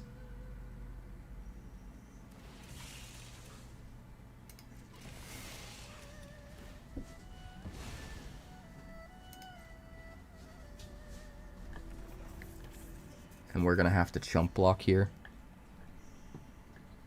Just is what it is. Ow. That's not good.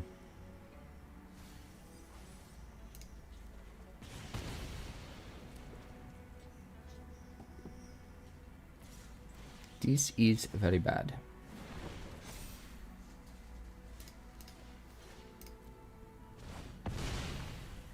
If we had had United Front still, we could easily come back from this. I can't believe he played that discard spell.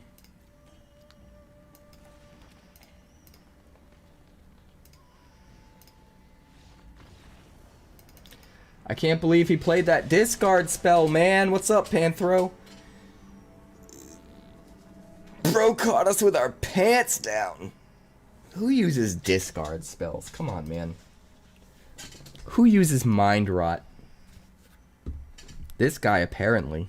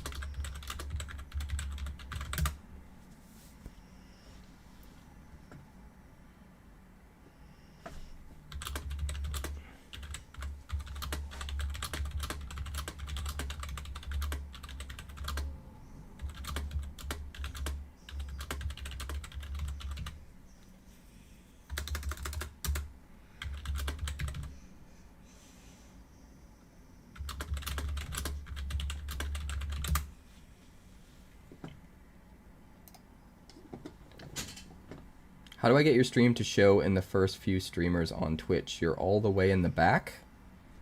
I don't know. That's a good question. Am I... It probably... I don't know. Can you favorite? Finn, do you know anything about that? I'm gonna start streaming a lot more. The last few weeks have been literally the most busy weeks of my entire life. And I'm kind of like just coming out of it. I have the World Championships for Wonders of the First in Vegas this weekend, and after that my insane busy schedule evens out. I just moved into a new apartment, like so much craziness. We absolutely keep this. This is a really good early hand. We've got both of our colors.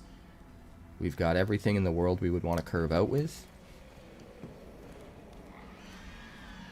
Hello, Appa. You're a little bit intrusive.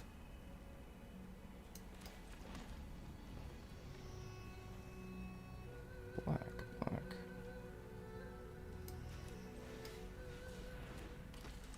Let's get in for some damage, I guess.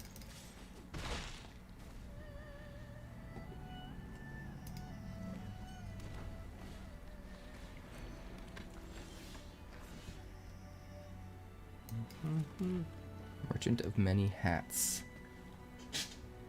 Merchant of Many Hats. Don't love that. Don't love anything about that. That slows us down so much. So now we just turtle up. It's not worth it to trade, even with us gaining 3 life off the trade, because he just gets back the merchant. And we're definitely too slow to race him and get value off of him wasting 3 mana.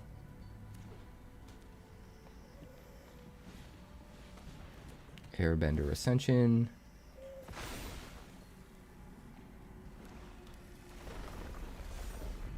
That's fine. We definitely save the saber-tooth moose lion. 100%. We could kill the Airbender Ascension, but I think we can wait until it gets to 3 counters and then gets a trigger.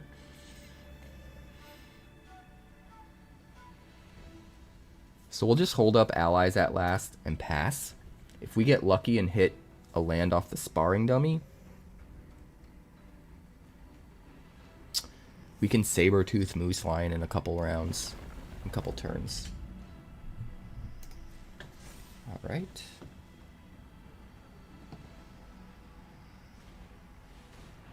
Hog Monkey. Give something menace.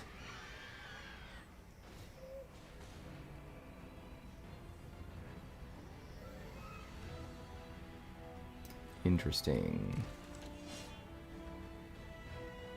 I think we have to kill the Hog Monkey.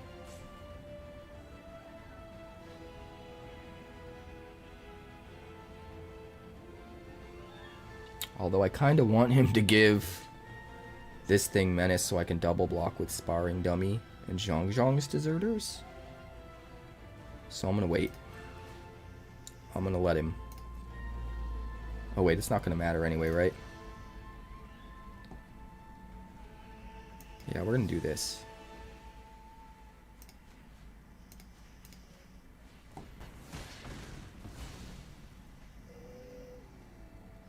And then we're going to do this. Hope to hit a land. There we go. Which means we get to draw a path to redemption.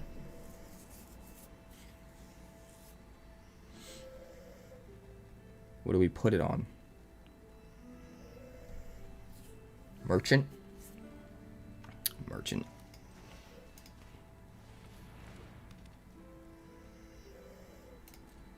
That actually lets us attack and trade with June if he wants, which I am completely okay with. End the turn. We still hold up mana for the farm animals.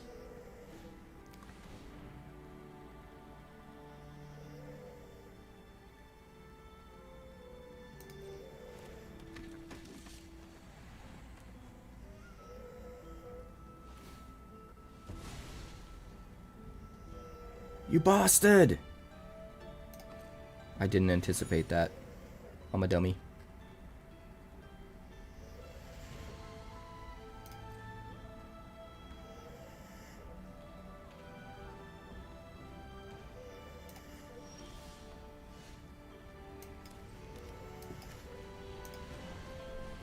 I am Superman.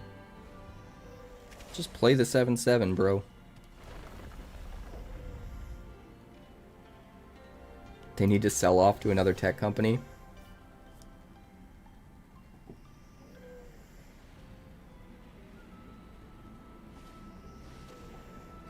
Canyon crawler.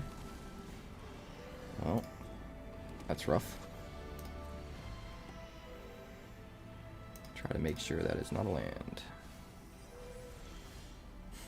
Of course. Of course.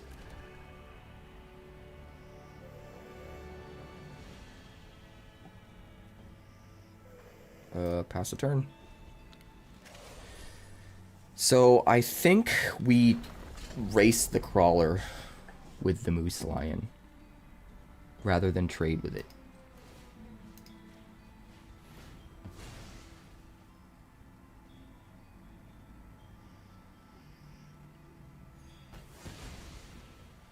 There will be no counters and no trample.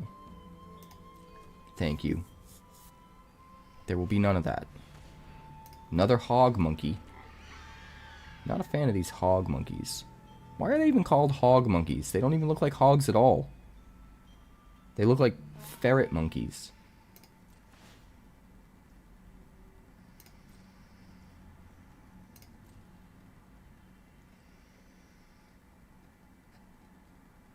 Do it.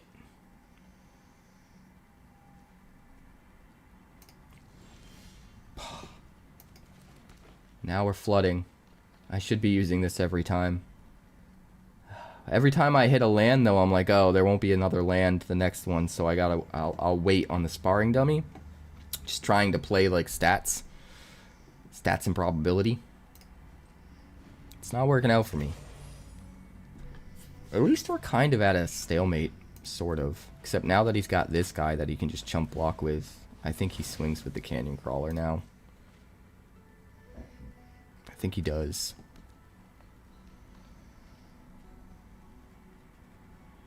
And we would have to take it. There's no way we're trading our one big defensive dude that's keeping everything else from swinging.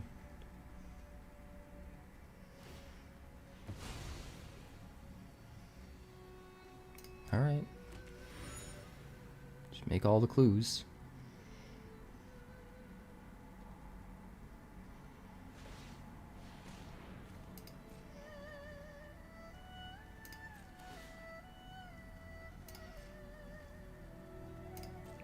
Would you like to attack, sir? Just for 2? Sure. I should have done it again. What is with the flooding? Every time I'm like, well, I've drawn 2 lands in a row, so there definitely won't be a land on top this time. Let's not use the sparring dummy. I hit a 3rd land. But you watch. Now I'm going to be like, I gotta use the sparring dummy in case it's a land. And it won't be. And I'll mill something that isn't a land, and then I'll draw a land. So, no. Exhaust, sure. So now he gets to give this menace. And we will trade the Zhang's Deserters for it, probably.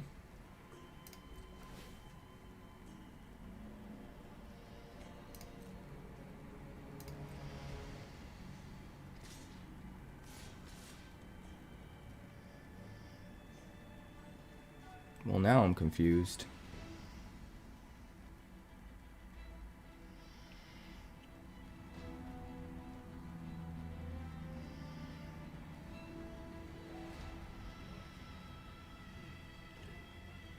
Now I am confused.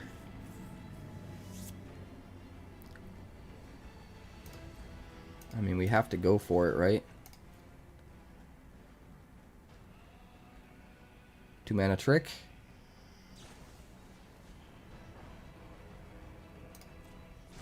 Well, at least they still trade. At least I 2-for-1 him. But that's really bad for us. This flooding is just absolutely killing me. Are you fucking kidding me? Holy shit. That's 5 lands in a row.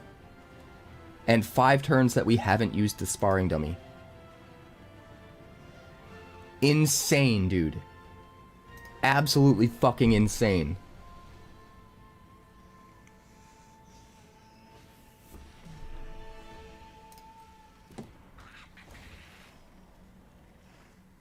Fucking algorithm is so rigged.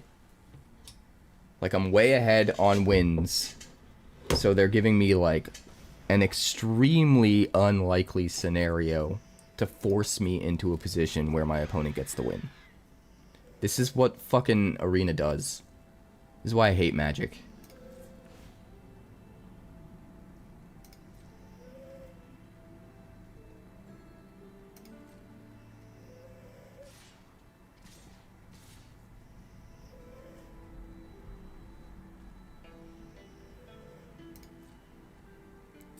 Nine, go to 4.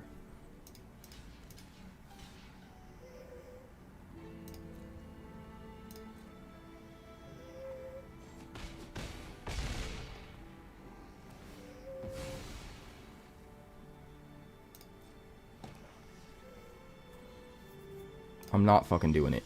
Oh my god, 6 lands in a row!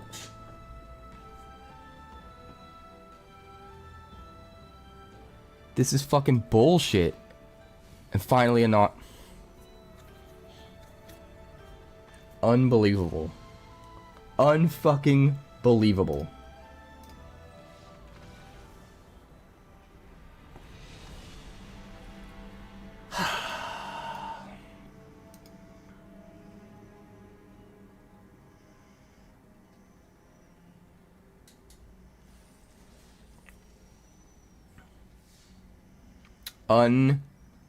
Unbelievable. I wish I recorded that game.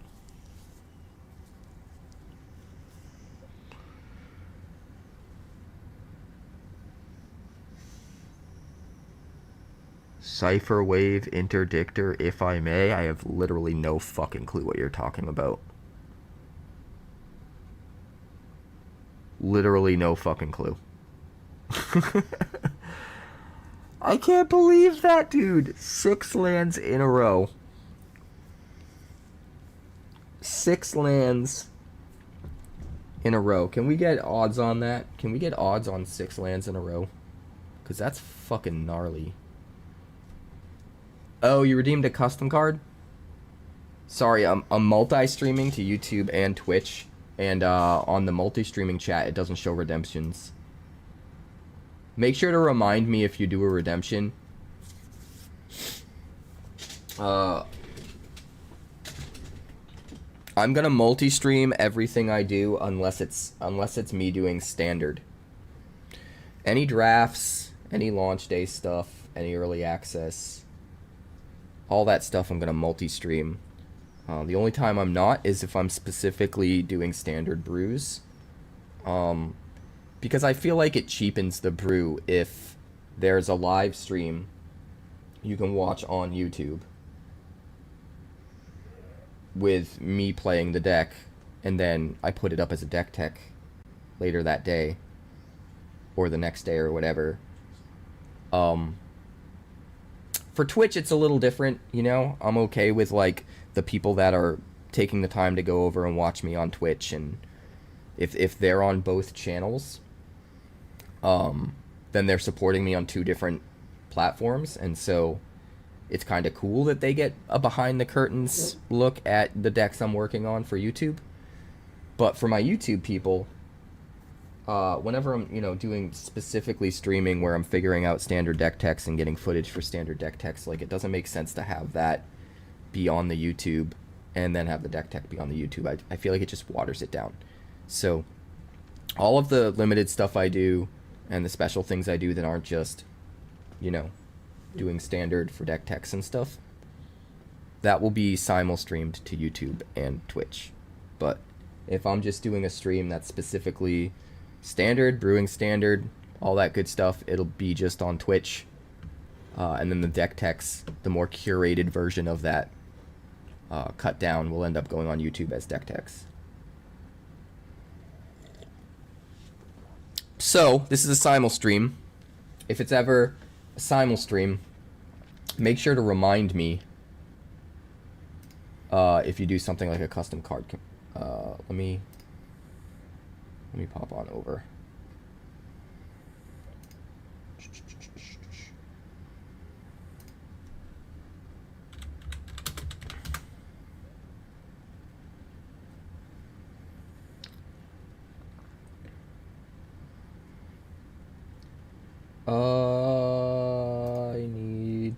switch scenes. I need to find, give me a second here. Shaking off the rust. Call me the rust shaker. The freaking rust shaker. Bro.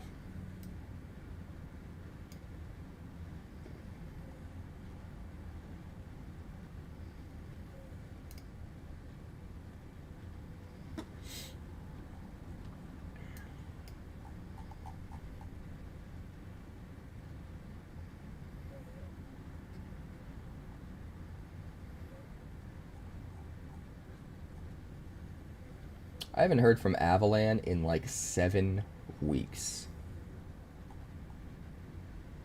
7 weeks. Has anyone seen Avalan around anywhere in the last 7 weeks?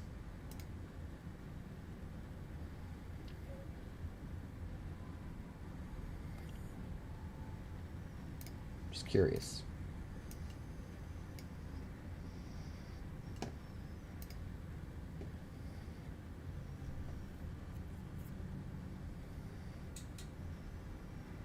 The entire early access. Yeah, I'm gonna do that, Panthro. All the special streams, early access, launch day.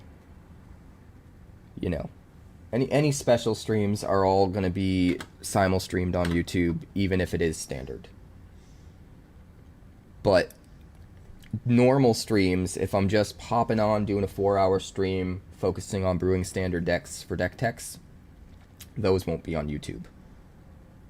That way when the deck techs pop up on YouTube, it feels more special for those people that don't bother to go on Twitch and YouTube. They haven't seen the deck yet. They didn't see me brewing it, and they're more likely to watch it and care about it.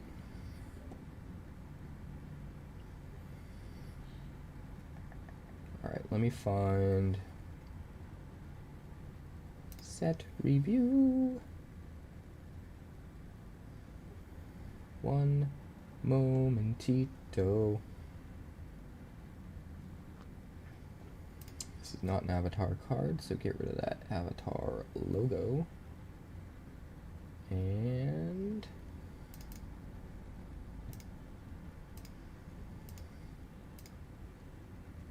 boom. Boom, boom, boom. I want you in my room.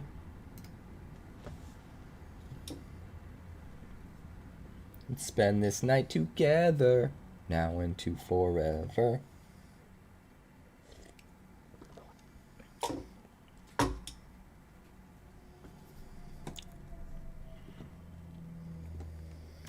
The elegance.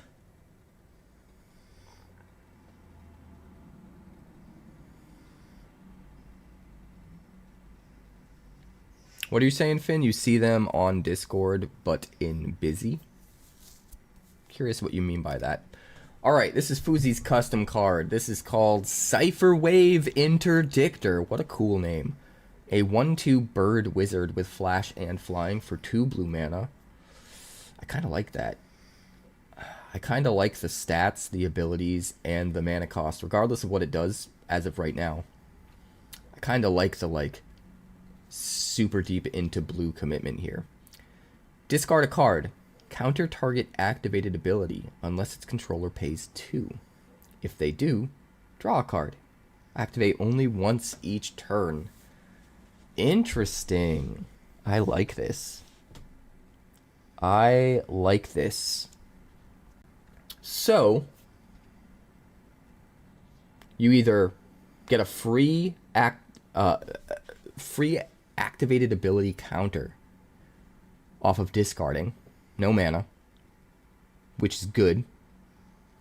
You could discard to stop a planeswalker uptick, right? You could discard to stop a simulacrum synthesizer trigger. You could really, really stop an opponent's game plan pretty huge. And you can just flash it out, so in a way it'll feel like a 2-mana counterspell, right? Double blue and discard a card without them even seeing it coming, just all at instant speed. could be really cool. If they do pay the 2, it's you loot and tax them 2 mana. Right? That's like the worst case scenario. Worst case scenario is you get to discard a card to draw a card, which is, I guess, rummage, not loot, and tax them 2 mana.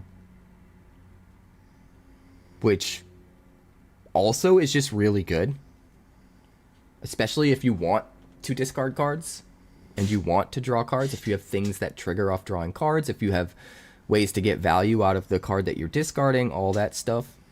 Like, just rummaging and taxing them 2 mana seems awesome. Even if they pay it. And if they don't pay it, discarding to stop a trigger, I mean, it is card disadvantage, right? But again, if you have things in your deck that are getting you value off of discarding a card, maybe some mayhem cards or something like that, flashback stuff, whatever, you can not really lose that card advantage. I like this. You can shut down a lot of game plans too. A lot of different combos that people are lining up. Like the crazy new combo with, like the Golgari combo using Beifongs and Bloodghast. You hit any one of those triggers when they don't have the 2 mana to pay for it. It just stops the whole combo in its tracks. And you get to take your turn. Which is nice. Yeah, there's a lot that this can do. I think it's really, really cool. The flying is interesting too, because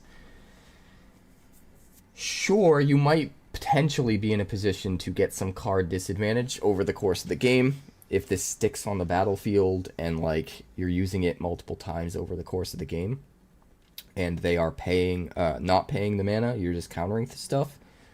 You're getting some slight card disadvantage there with each turn that happens. But you're able to race, right? You're able to ping in for 1 in the air. In addition to the shenanigans, the instant speed shenanigans, even with it being flash. So you could play this in a very tempo-oriented deck, where you're kind of stopping what they're doing. If you're taxing them, it's hurting their tempo while you're also swinging in for 1 in the air. So I actually really like the body on it too. At first glance, it seems really weird as a 1/2 flyer. And kind of like not really what you need out of the body based on what the ability's doing. But when you really think about how this could fit into a tempo deck, that's such a subtle, interesting difference that I really like. Yeah, this card's really cool. Fuzi, I think this is a winner. I think this is a card that should exist. I think this is really cool. Down to every last detail. The 1/2 flying and the way it contributes to tempo. The double blue where it kind of feels like counterspell in a way and takes that heavy commitment into blue, especially if you want to be playing it as early as turn 2. Like, all of the little details. The little subtle things that might get overlooked typically. And also the fact that you can only activate it once a turn balances it. Because obviously if you could just keep activating it, this could be super gross. You could keep trying to counter the same ability every single time they pay 2. You do it again. That being said, it's not a waste if you have 2 of these. Right? You could have 1 out and 1 in your hand. And they think they've got the 2 mana. So they use their activated ability or whatever. You discard a card, make them pay the 2. They do. You draw a card. And then all of a sudden, you flash in a second, discard another card, and now they can't pay the 2. And it's countered anyway. And now you got 2 1-power flyers that are pinging in each turn. That could be really sick. You could use this with, this would be really, really gross with Mockingbird. The more copies of this you make, the more times you can activate this in one turn. Just seems awesome. Oh, I don't even want to start thinking about this with Agatha's Soul Cauldron. Oh, man. This is so good with Agatha's Soul Cauldron. Not only does the ability itself get put on all of your creatures with counters, but... Hold on. I just realized I need to flip my camera so that it doesn't look like I'm looking off to the right instead of at the card when I look at the other screen. Give me a second here.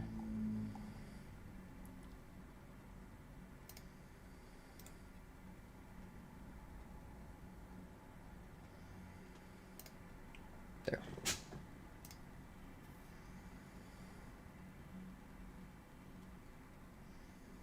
There we go. And now when I'm looking over here, it looks like I'm looking over there. Okay, good. Yeah, this is disgusting with Agatha's Soul Cauldron.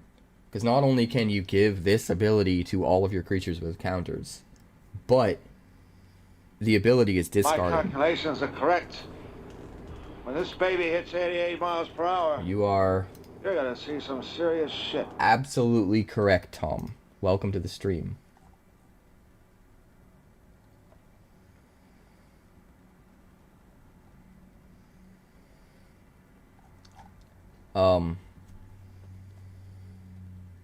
Yes, countering Vivi is nice. But I love that this fits in a Cauldron deck in multiple ways. Because you can give his ability to all of your creatures with counters with the Cauldron, which is awesome. But it's also a discard outlet, so that if you want something in the graveyard to exile with the Cauldron to pick up those abilities, you can discard it with this. Yes, Vivi is gone in Standard, but he still exists elsewhere. He will always be a thorn in our side in older formats. I like this. I like this a lot. I like it a lot, is what I'm saying, okay?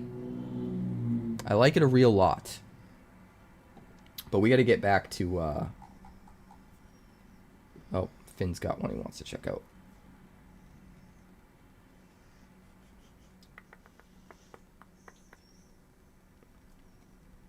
Yeah, I need to change it to Vivi is banned, don't I? I believe... Do you want to look at Fighting Spirit, Finn? Is that the one?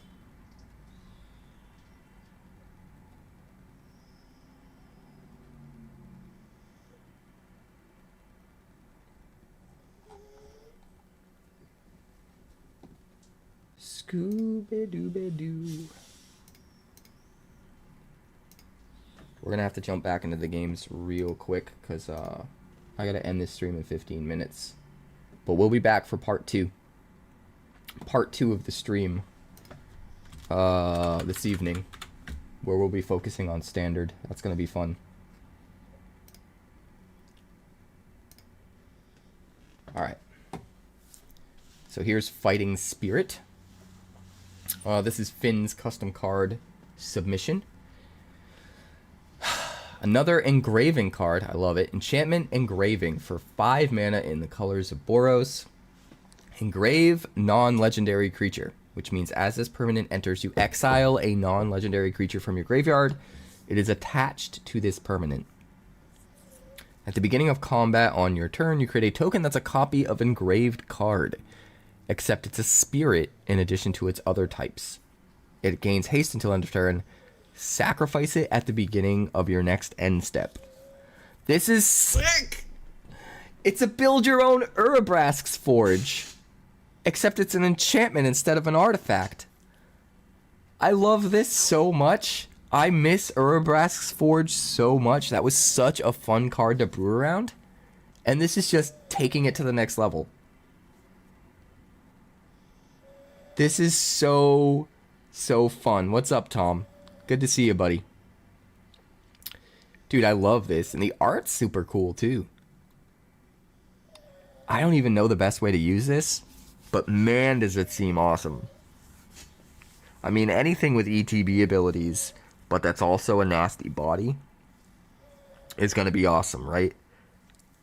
It's also potentially good in sacrifice, because you make a new token every turn. You can sacrifice it for value. Too bad it's AI art. I don't give a fuck, man. I don't give a fuck. People need to quit their whining about AI. And I'm not even saying it's a good thing. There's definitely fucking downsides to AI.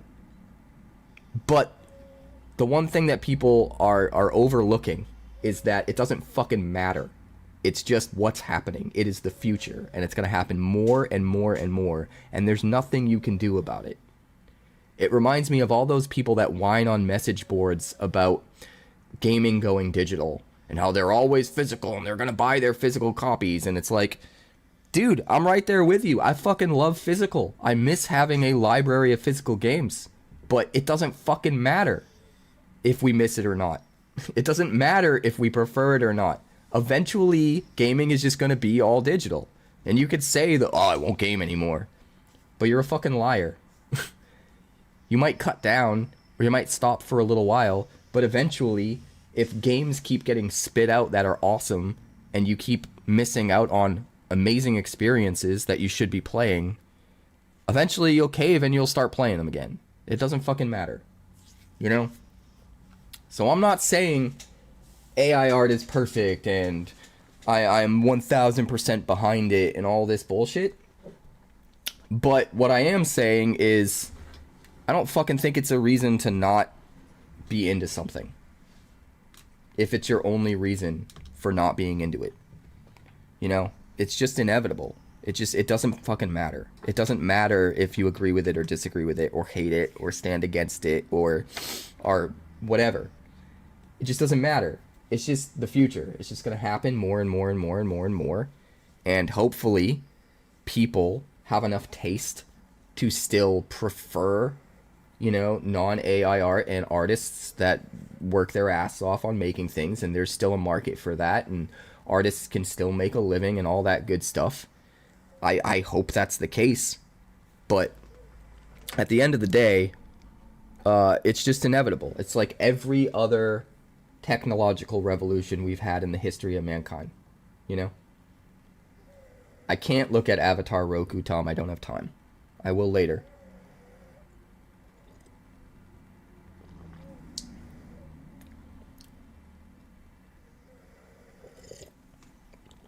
Well, unfortunately, there's nothing we can really do about it, Fuzi. You know? I definitely have opinions on AI. Some of them are positive, some of them are negative, for sure. But I also recognize that it's just happening no matter what. And I'm not going to deny myself things that I love, things that I will enjoy off of some, like, weird, misplaced loyalty to, you know, the past or whatever, or the way things have been. It's like plenty of people have lost jobs when technologies become better than, more capable of doing their, you know, a job that a human used to do. And I really, really, really hope that there's enough room for both. And I really, really hope that artists still have a place and can make a living off of doing art. I mean that wholeheartedly. But it's happening no matter what. And I'm not going to not experience great things that I will enjoy off of some sense of misplaced loyalty. Like, no offense, but artists making a bunch of money off their art is not more important to me than me enjoying the things in my life that I find enjoyable. You know? I still feel for those artists. I still wish and hope that they can, you know, continue to function, continue to make money, continue to make a living.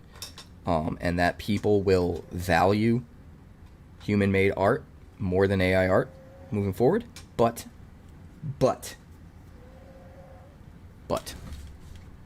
anyway, this card's sick. I don't know the best way to use it.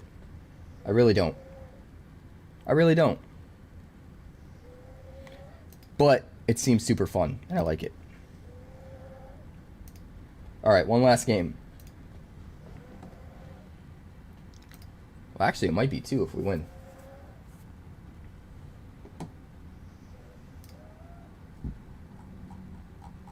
It might be two if I win.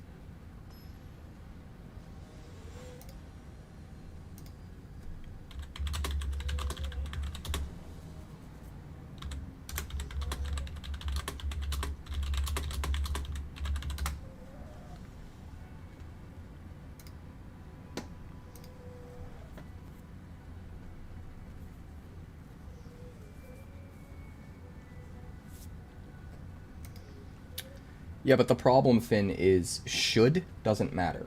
It doesn't matter what we think should happen. Because at the end of the day, whatever is best for business is what's going to happen. And we can either enjoy the things we enjoy or not.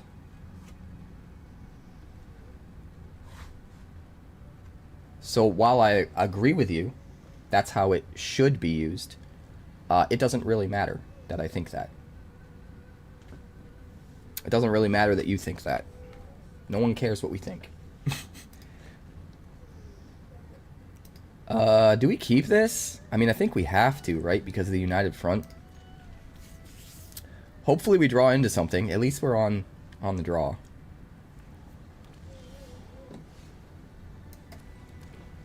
I don't think we plain cycle the Rabaru troop.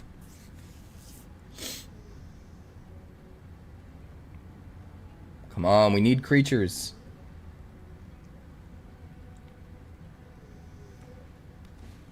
I'm only okay playing United Front for a total of 4.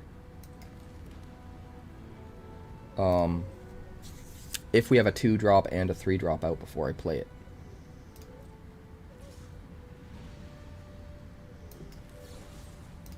We're just going to do this. Buy ourselves some time. Get rid of his value. Come on, give me a 3-drop.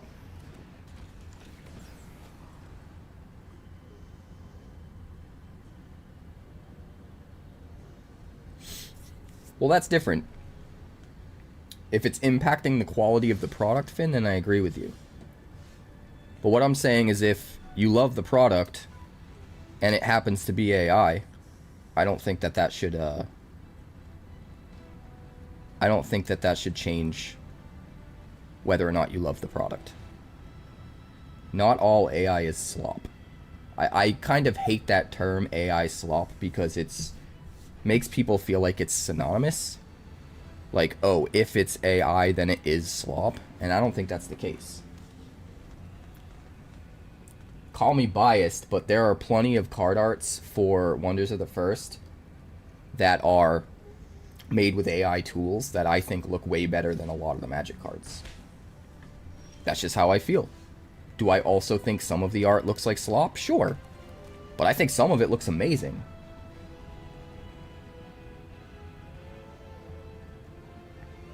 I think we just play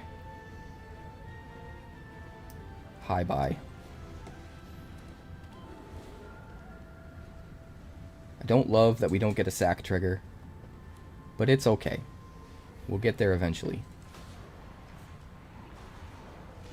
That was rude. That was very rude. Rabaru troop!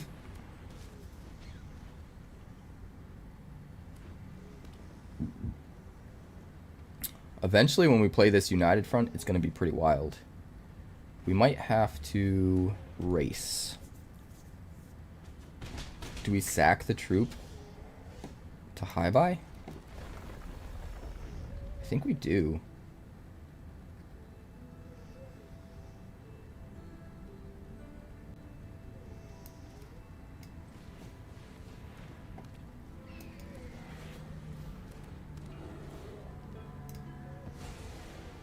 Now he's not able to get a +1, a 1/1 ally. We are definitely going to have to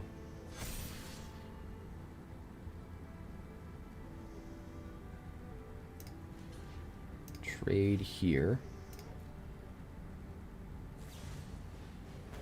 Sure.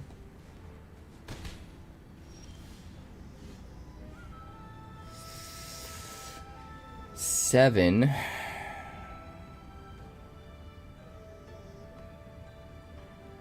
5, 10, 16. Hit for 6. Puts you at 15. That is really, really...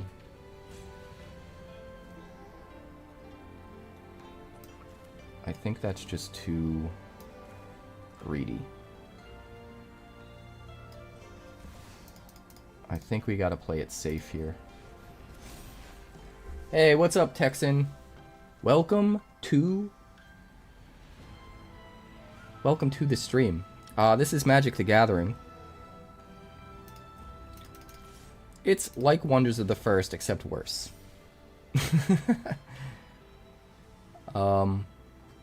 Decline.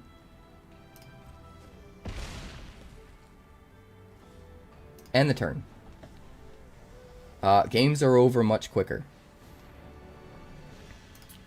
When you take a turn, you are allowed to play as many things as you want during your turn, as long as you have energy, aka mana, to play the things. So you do a whole bunch of stuff on your turn before your opponent gets to do anything, typically. Although things that are labeled instants, you can use on your opponent's turn.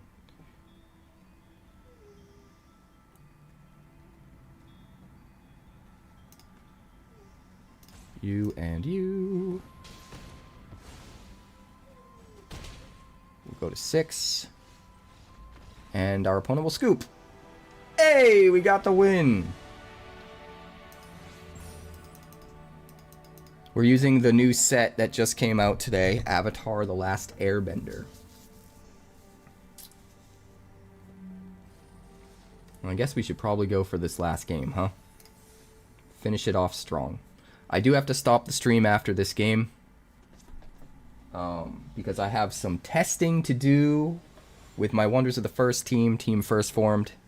Secret testing for the World Championships happening this weekend. And then I'll be back on for a part 2 of the stream later on, where we'll dive into some standard constructed decks. This is very slow, but we have both of our colors. We're going to keep it. Thank you so much for the sub, American Texan. I appreciate it greatly. Let's rock! Oh, baby. We're going to start by playing a forest. So every turn you can play a land, Texan. Each land can be used to generate an energy on your turn. So turn 2, I can play another land. I can now have access to 2 energy. You tap the lands to make energy, but on your next turn, they all untap. So every turn you get to use the energy from every land.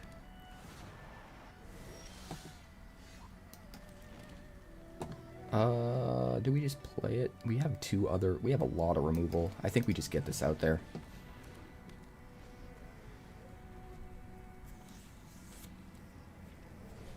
So we used our 3 energy to play our 3-cost thing.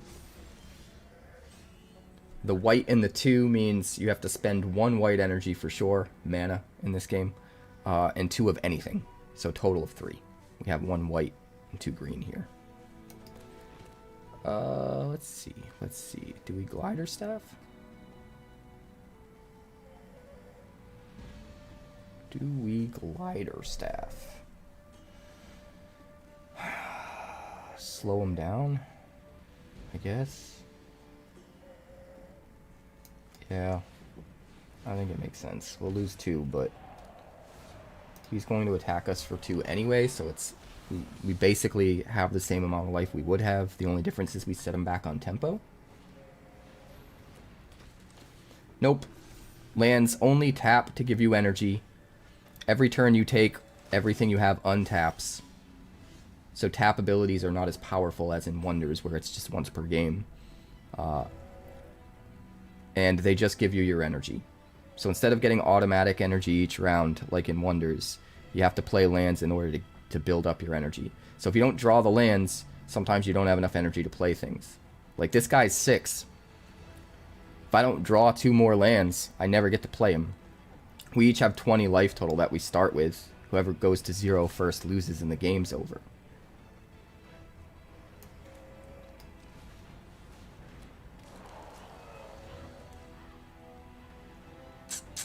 Do we want this to be a 2/4? Or do we want to be able to use Rocky Rebuke?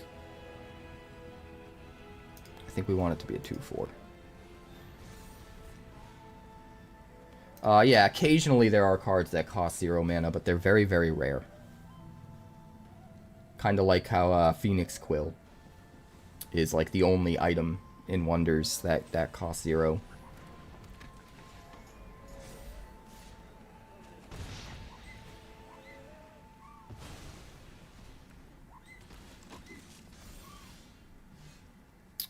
Well, I think we need to get rid of the Airbender Ascension. If we can we? No. No, we can't. No, we can't. We have a little bit of removal here. I guess we just pass. And we use Rocky Rebuke to kill the Menace dude.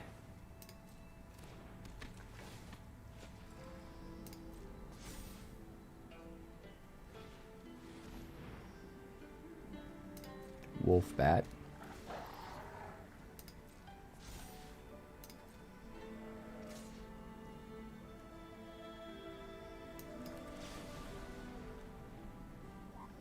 Do we actually care about the Menace dude? You know what? I don't think I care. Ping me for 1 every turn. It's fine. Yeah, basically. The game can be over super quick too. That's one of the strengths of Wonders, is it's a full game every time. In this, if they're playing a really fast aggressive deck, they might beat you by turn 4, and then you're dead before you got to do all the things you want to do. Which is a bummer.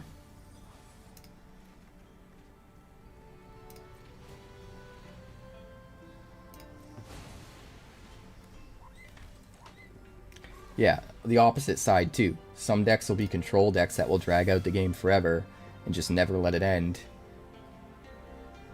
And it can take stupid long. Well, we can Appa. Airbend another target non-land permanent you control. So we airbend our own glider staff so that we can airbend one of his creatures again? We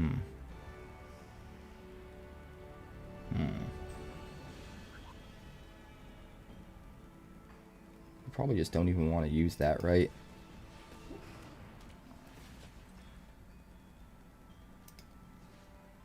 I mean, we'll just put down blockers, I guess, so that he can't attack. When a player attacks, they can attack with whatever creatures they have, which are kind of like Wonders in Wonders. They have power and toughness. That's why you see the 2. So the first number is how much damage they do, and the other number is how much damage they can take before they die. So if he attacks with a bunch of creatures, I can choose whether I want to block with my creatures, and they'll do damage to each other, instead of me taking damage and lowering my health total.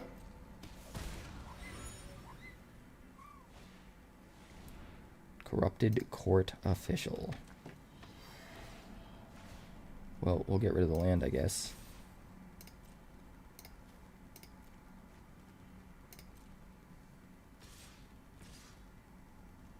Is he out of mana?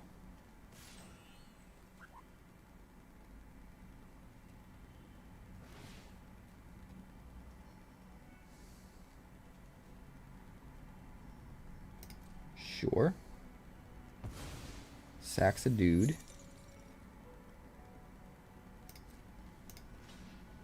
So we'll just block here and kill the wolf bat.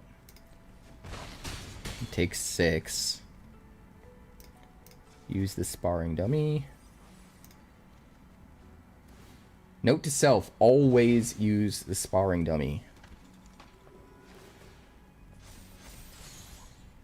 Always. Always. We could flopsy. But that's all we'd be able to do. Still might be worth it. I think it is. Pass the turn.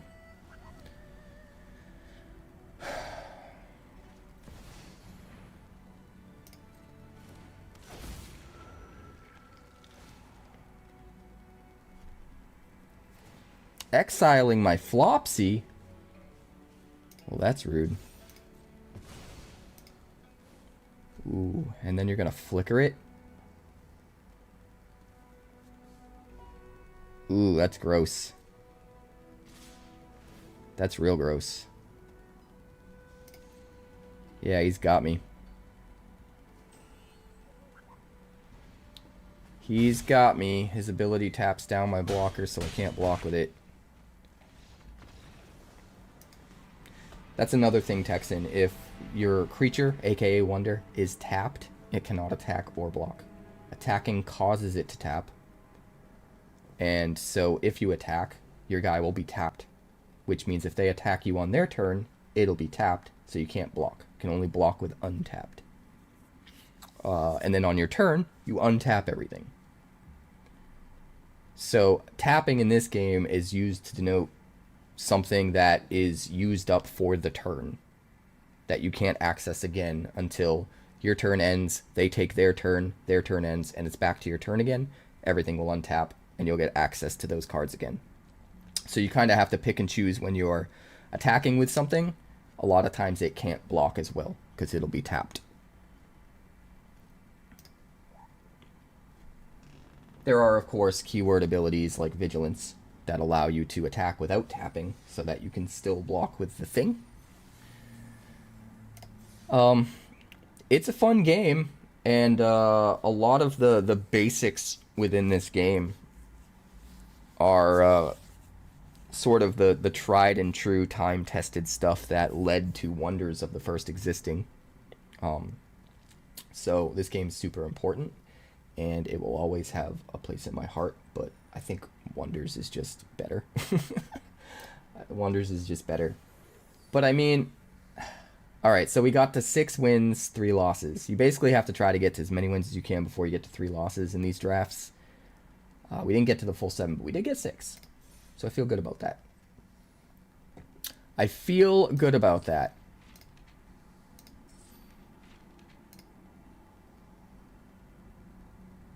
My little draftsmith reminder thing is not going away, and it's annoying. I would like my pre-release stuff. Thank you. And whatever this is. Are you ready to find balance within yourself and your deck? Take these 3 packs and some basic lands to help you on your journey.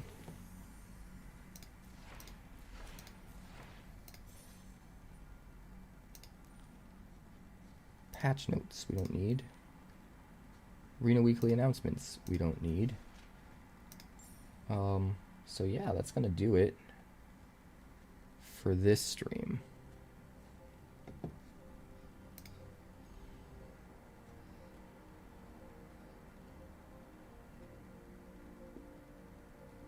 Some very weird daily deals as far as it being Avatar launch day. I don't know why they've got like weird is it stuff in the daily deals. That doesn't really jive with it. But oh well, it is what it is. How many packs we got to open? 15.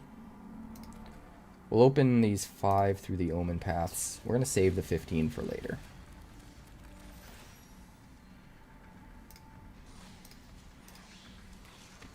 Cavero, Rylex. Wild cards are good. We don't care about Spider-Man in these parts. We're going to open these later during part 2 of the stream. And we're going to end this sucker so that I can do some testing. But thank you guys so much for hanging out with me today. I appreciate it. I'll be back for part 2 later on. I got to go test with the team for a little bit. I got to get another video uploaded. And I got to do another run to the old apartment to get the very last of our stuff moved over here to the new apartment. It's crazy that all this stuff is happening all at the same time. Like, I should be 100,000% focused on the World Championship for Wonders of the First this weekend. But all of this stuff is happening. And I just got to do the thing. So, anyway, we are going to end it here. We are going to send a raid over to somebody. Who's on? Who's on first? What's on second? I don't know who's on third.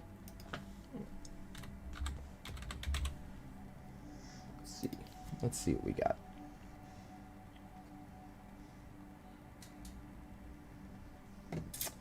Damien, Ash Lizzle, Mofito, Ali Eldrazi. Sorry, Mojito. Scuffle Deluxe. Ooh, Grixis is on.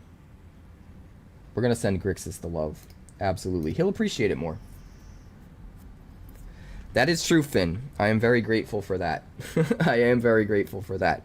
So, yeah, we're going to send a raid over to Grixis Leader because Grixis Leader is a longtime supporter of the channel. And I like to reward loyalty. Not only that, but smaller streamers that have less people watching them appreciate the raids more and get more out of it. So, 2 birds with 1 stone. Let's send a raid over to there. Thank you guys so much for hanging. If you haven't already, make sure to check out the YouTube channel. Lots of content's going to be going up over the next few days. I'm going to be trying to get stuff finished and scheduled to go live while I'm gone as well in Vegas. But expect a whole bunch of crazy updates and news popping out of Vegas over the weekend. I'm trying to go for it, man. I'm trying to become champion. I think I got a chance. 2 out of the 3 competitive play tour dates so far, I've managed to make it all the way to the finals in Constructed. If I do that again in Vegas, I'm guaranteed at least $20,000.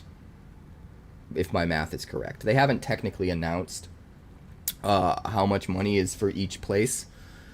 But if you do a little bit of math based on what their payouts have been for previous events, and then you just multiply that by how much bigger the total payout is for this one, you can kind of get a sense of it. So, excited, nervous, anxious, all that stuff. Texan's actually going to be coming out and hanging out with us. He's going to be staying in our team Airbnb. He's like what's the word I'm looking for? An honorary team member, aka prospect. I don't know. I don't know what you want to call it. All I know is we love Texan. He's the man.